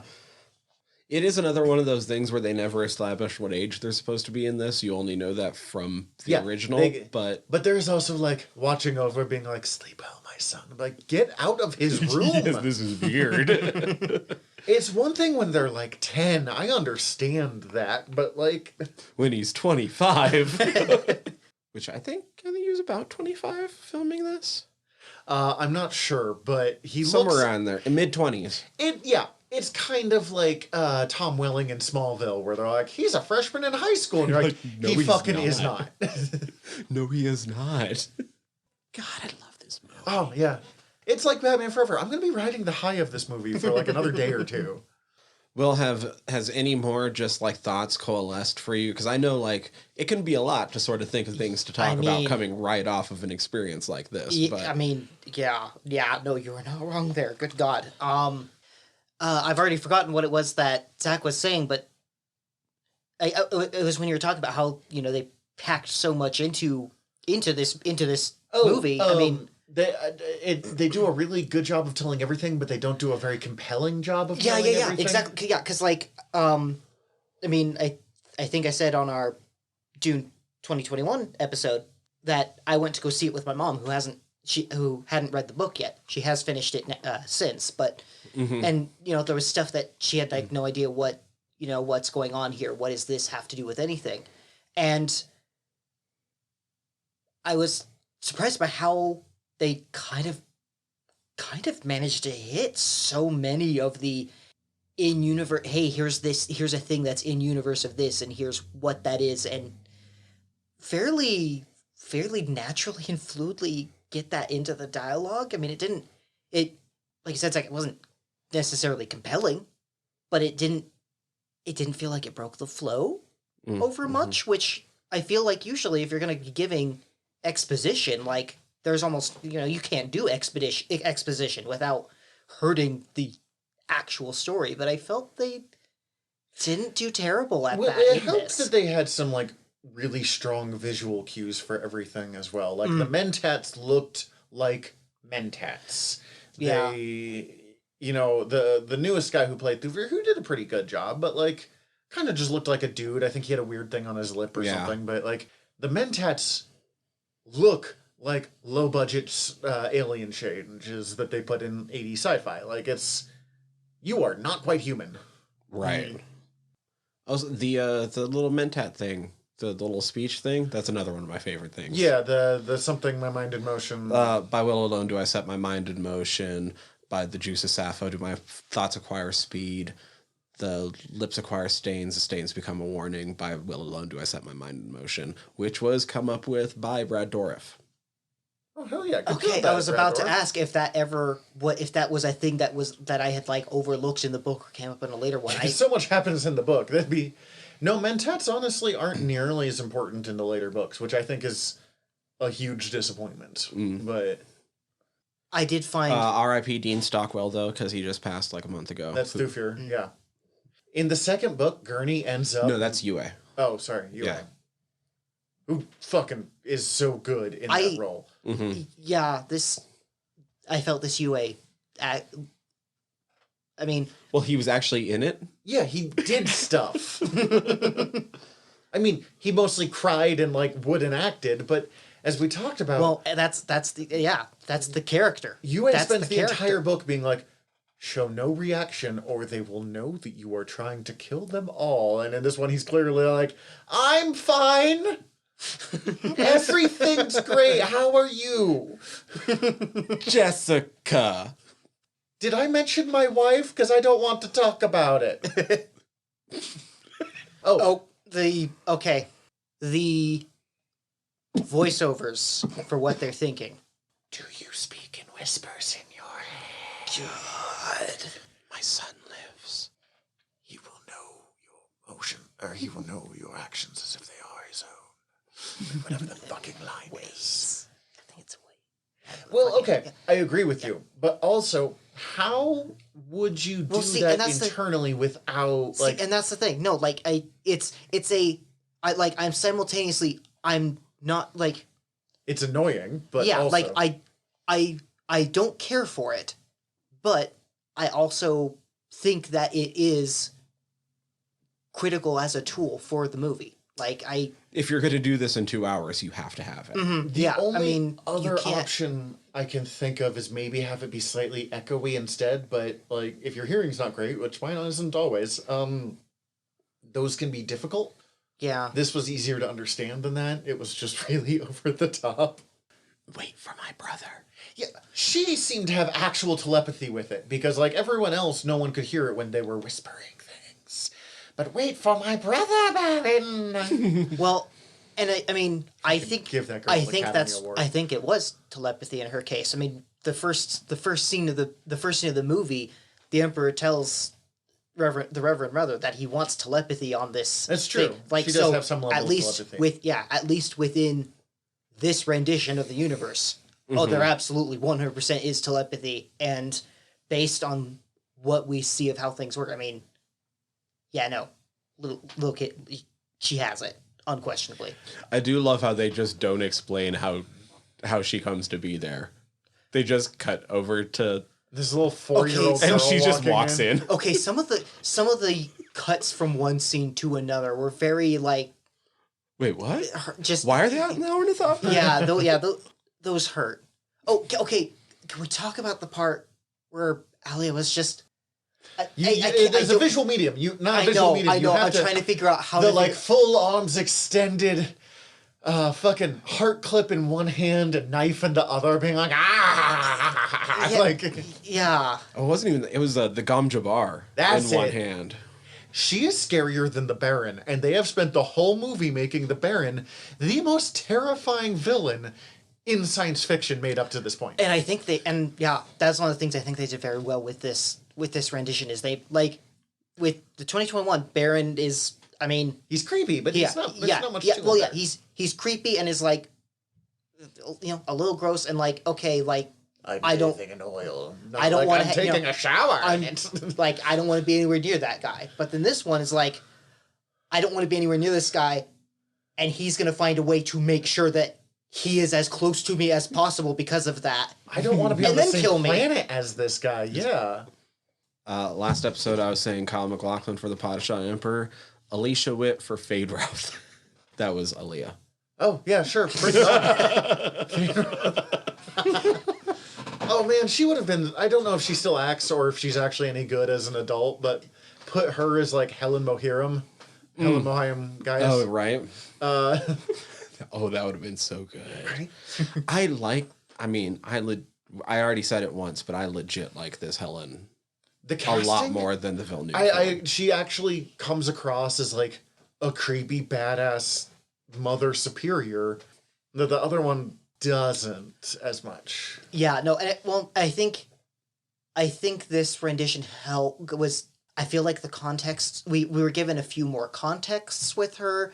We got to see her in acting in her role as truthsayer, and we were given that whole scene to establish character and capabilities. I will say it might partially be because though she seems to actually fit in the environment really well. Like I don't think you could just pick up this one and put it in the Villeneuve. No, not at all. The stylization is completely wrong. I do like the Bene Gesserit better in this one. They feel more not real but like a factor, like a part of the universe. Another thing, and it stuck out to me in that early scene when she's talking to the other Bene Gesserit, like, okay, we got to go check out this Paul guy, and maybe I just don't see enough 80s films, but I found myself looking at the extras a lot while watching this. That's always an interesting...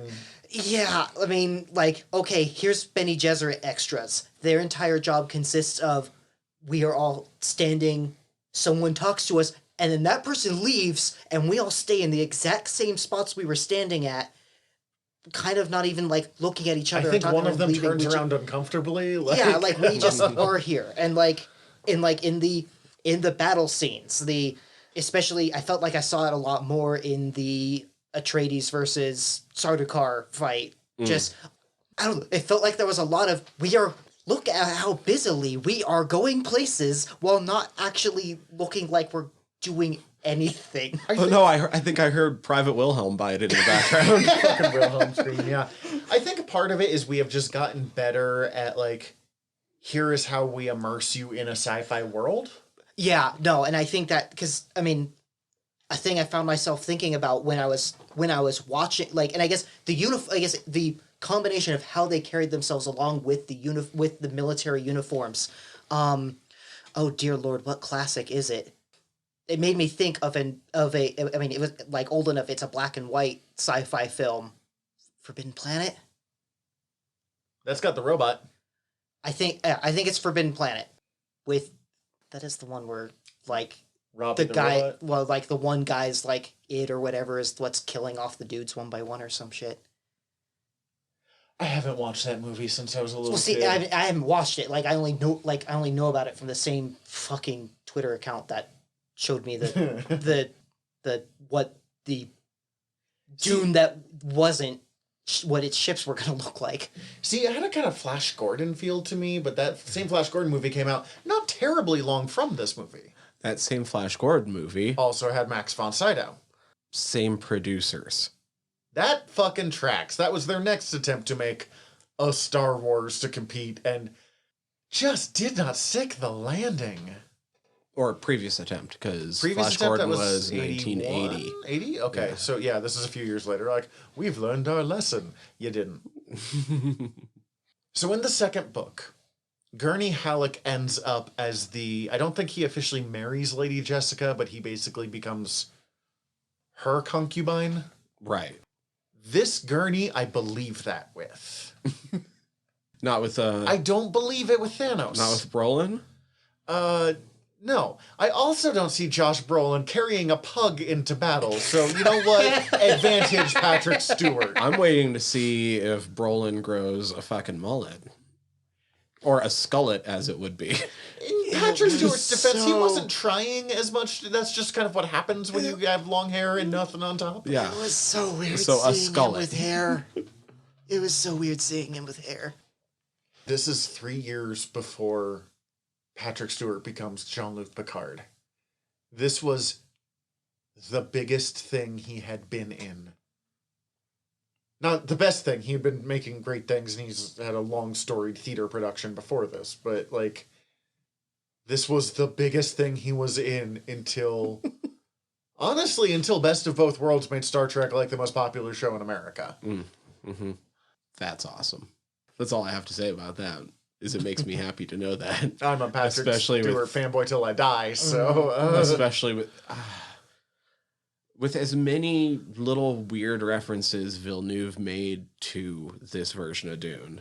Like the oil for the Baron. As soon as I saw it, I was like, oh, okay. Uh-huh. Like, and just fucking making the Baron fly that much rather than just like Kind of bounce around floating. on his toes, kinda. Though, yeah, no, I do have to agree with you, Zach, that no, the new Baron should have been a little bit more.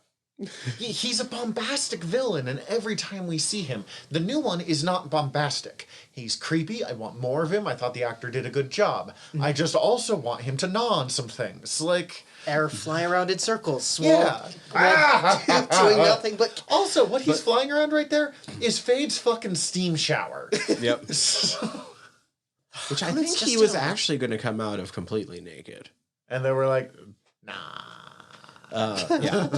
But like, I'm so surprised Villeneuve did not find some way to like pay homage to the Atreides battle pugs. Yeah. There were a lot of dogs in this movie. Because So the many Emperor had a dogs, bunch of though. bulldogs, Good God. too. And, like, which is, again, a very Yeah, there were like European bullshit feudal There were court like 10, system. 15 of them in that scene. Because there were two separate people walking those dogs. We were talking about how horny this movie is. There is one true romantic look given through this entire movie.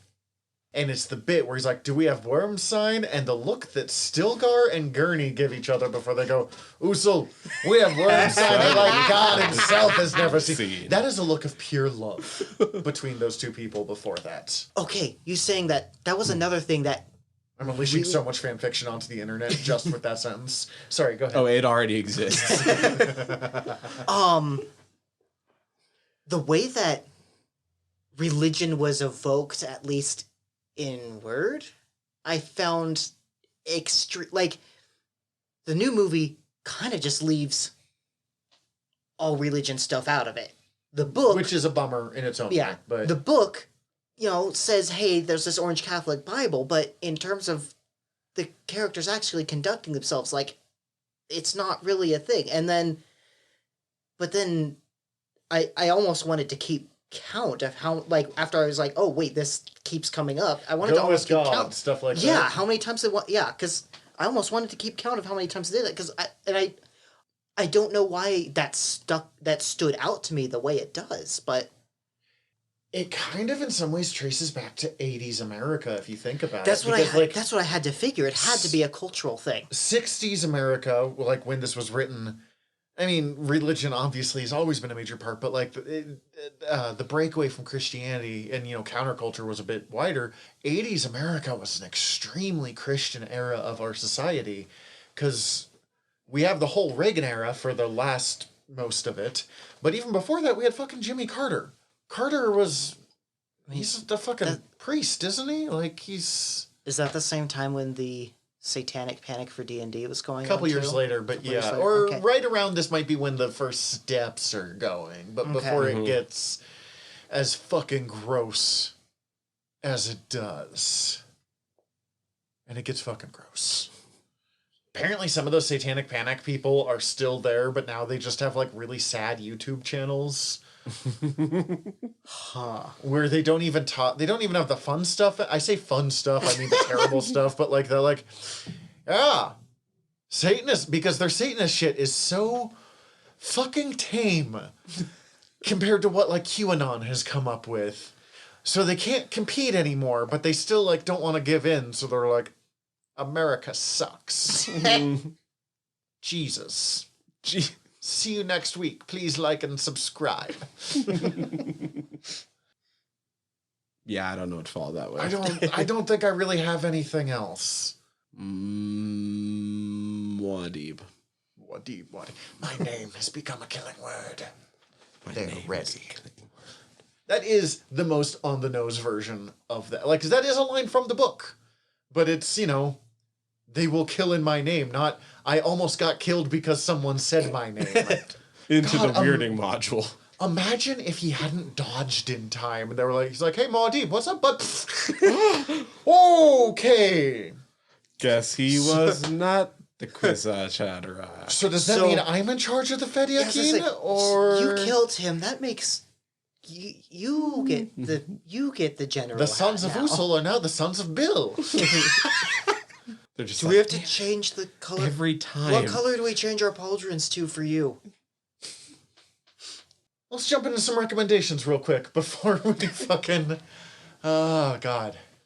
Recommendation. My recommendation, because it's what I have been playing for the past 2 days, because it's relaxing and yet not relaxing at the same time, because my hand really hurts from just trying to do really, really well on the levels, is they finally made Beautiful Katamari backwards compatible on the new Xboxes.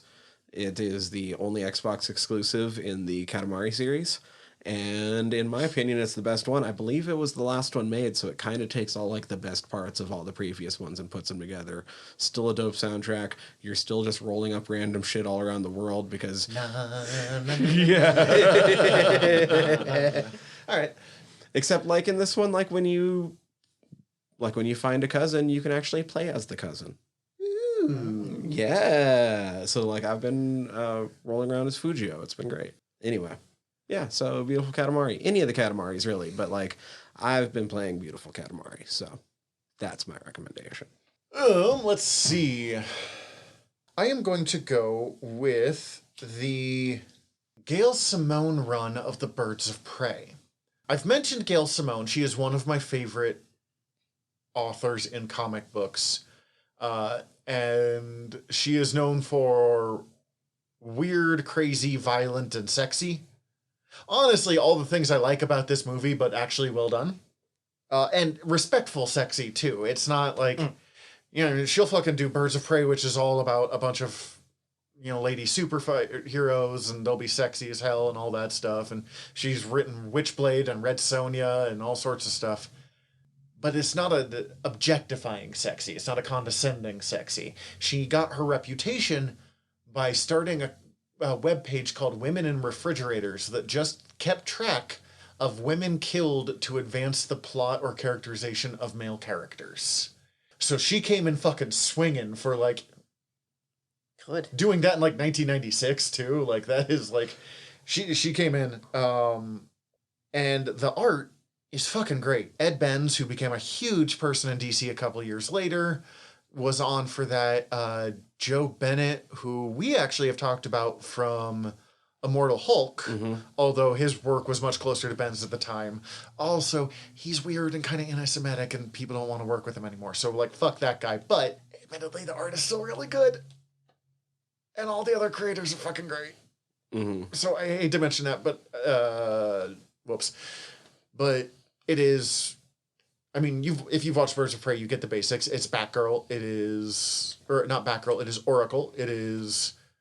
Huntress, and it is Black Canary kicking ass and taking names. And her first issue, which also the series, they're like, the series is going to get canceled in like 3 issues, but that's fine. Whatever. Her run was so good, the movie got made.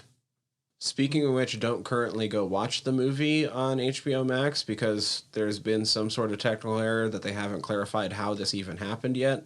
But the PG-13 edited down for TV version is the only version that's currently streaming. You know. Yeah. No, there's not even that much in that movie, but, like, keep it. Fucking weird. Will, you got anything? I know we forgot to warn you about this one. I'm gonna go with the computer game Risk of Rain 2. My brother and I wrangled 2 other people to play yesterday, and it was a very good time. It's a fantastic game to play with your friends. And you'll die a lot. Okay. It's the nature of it. Good. I mean, that sounds fucking terrible to me, but, like, those are popular games. Bless the maker, bless the coming and going of... Come back next time for a complete shift for, with Ted Lasso Season 2. I'm Tyler. I'm Zach. I'm William. Dismissed.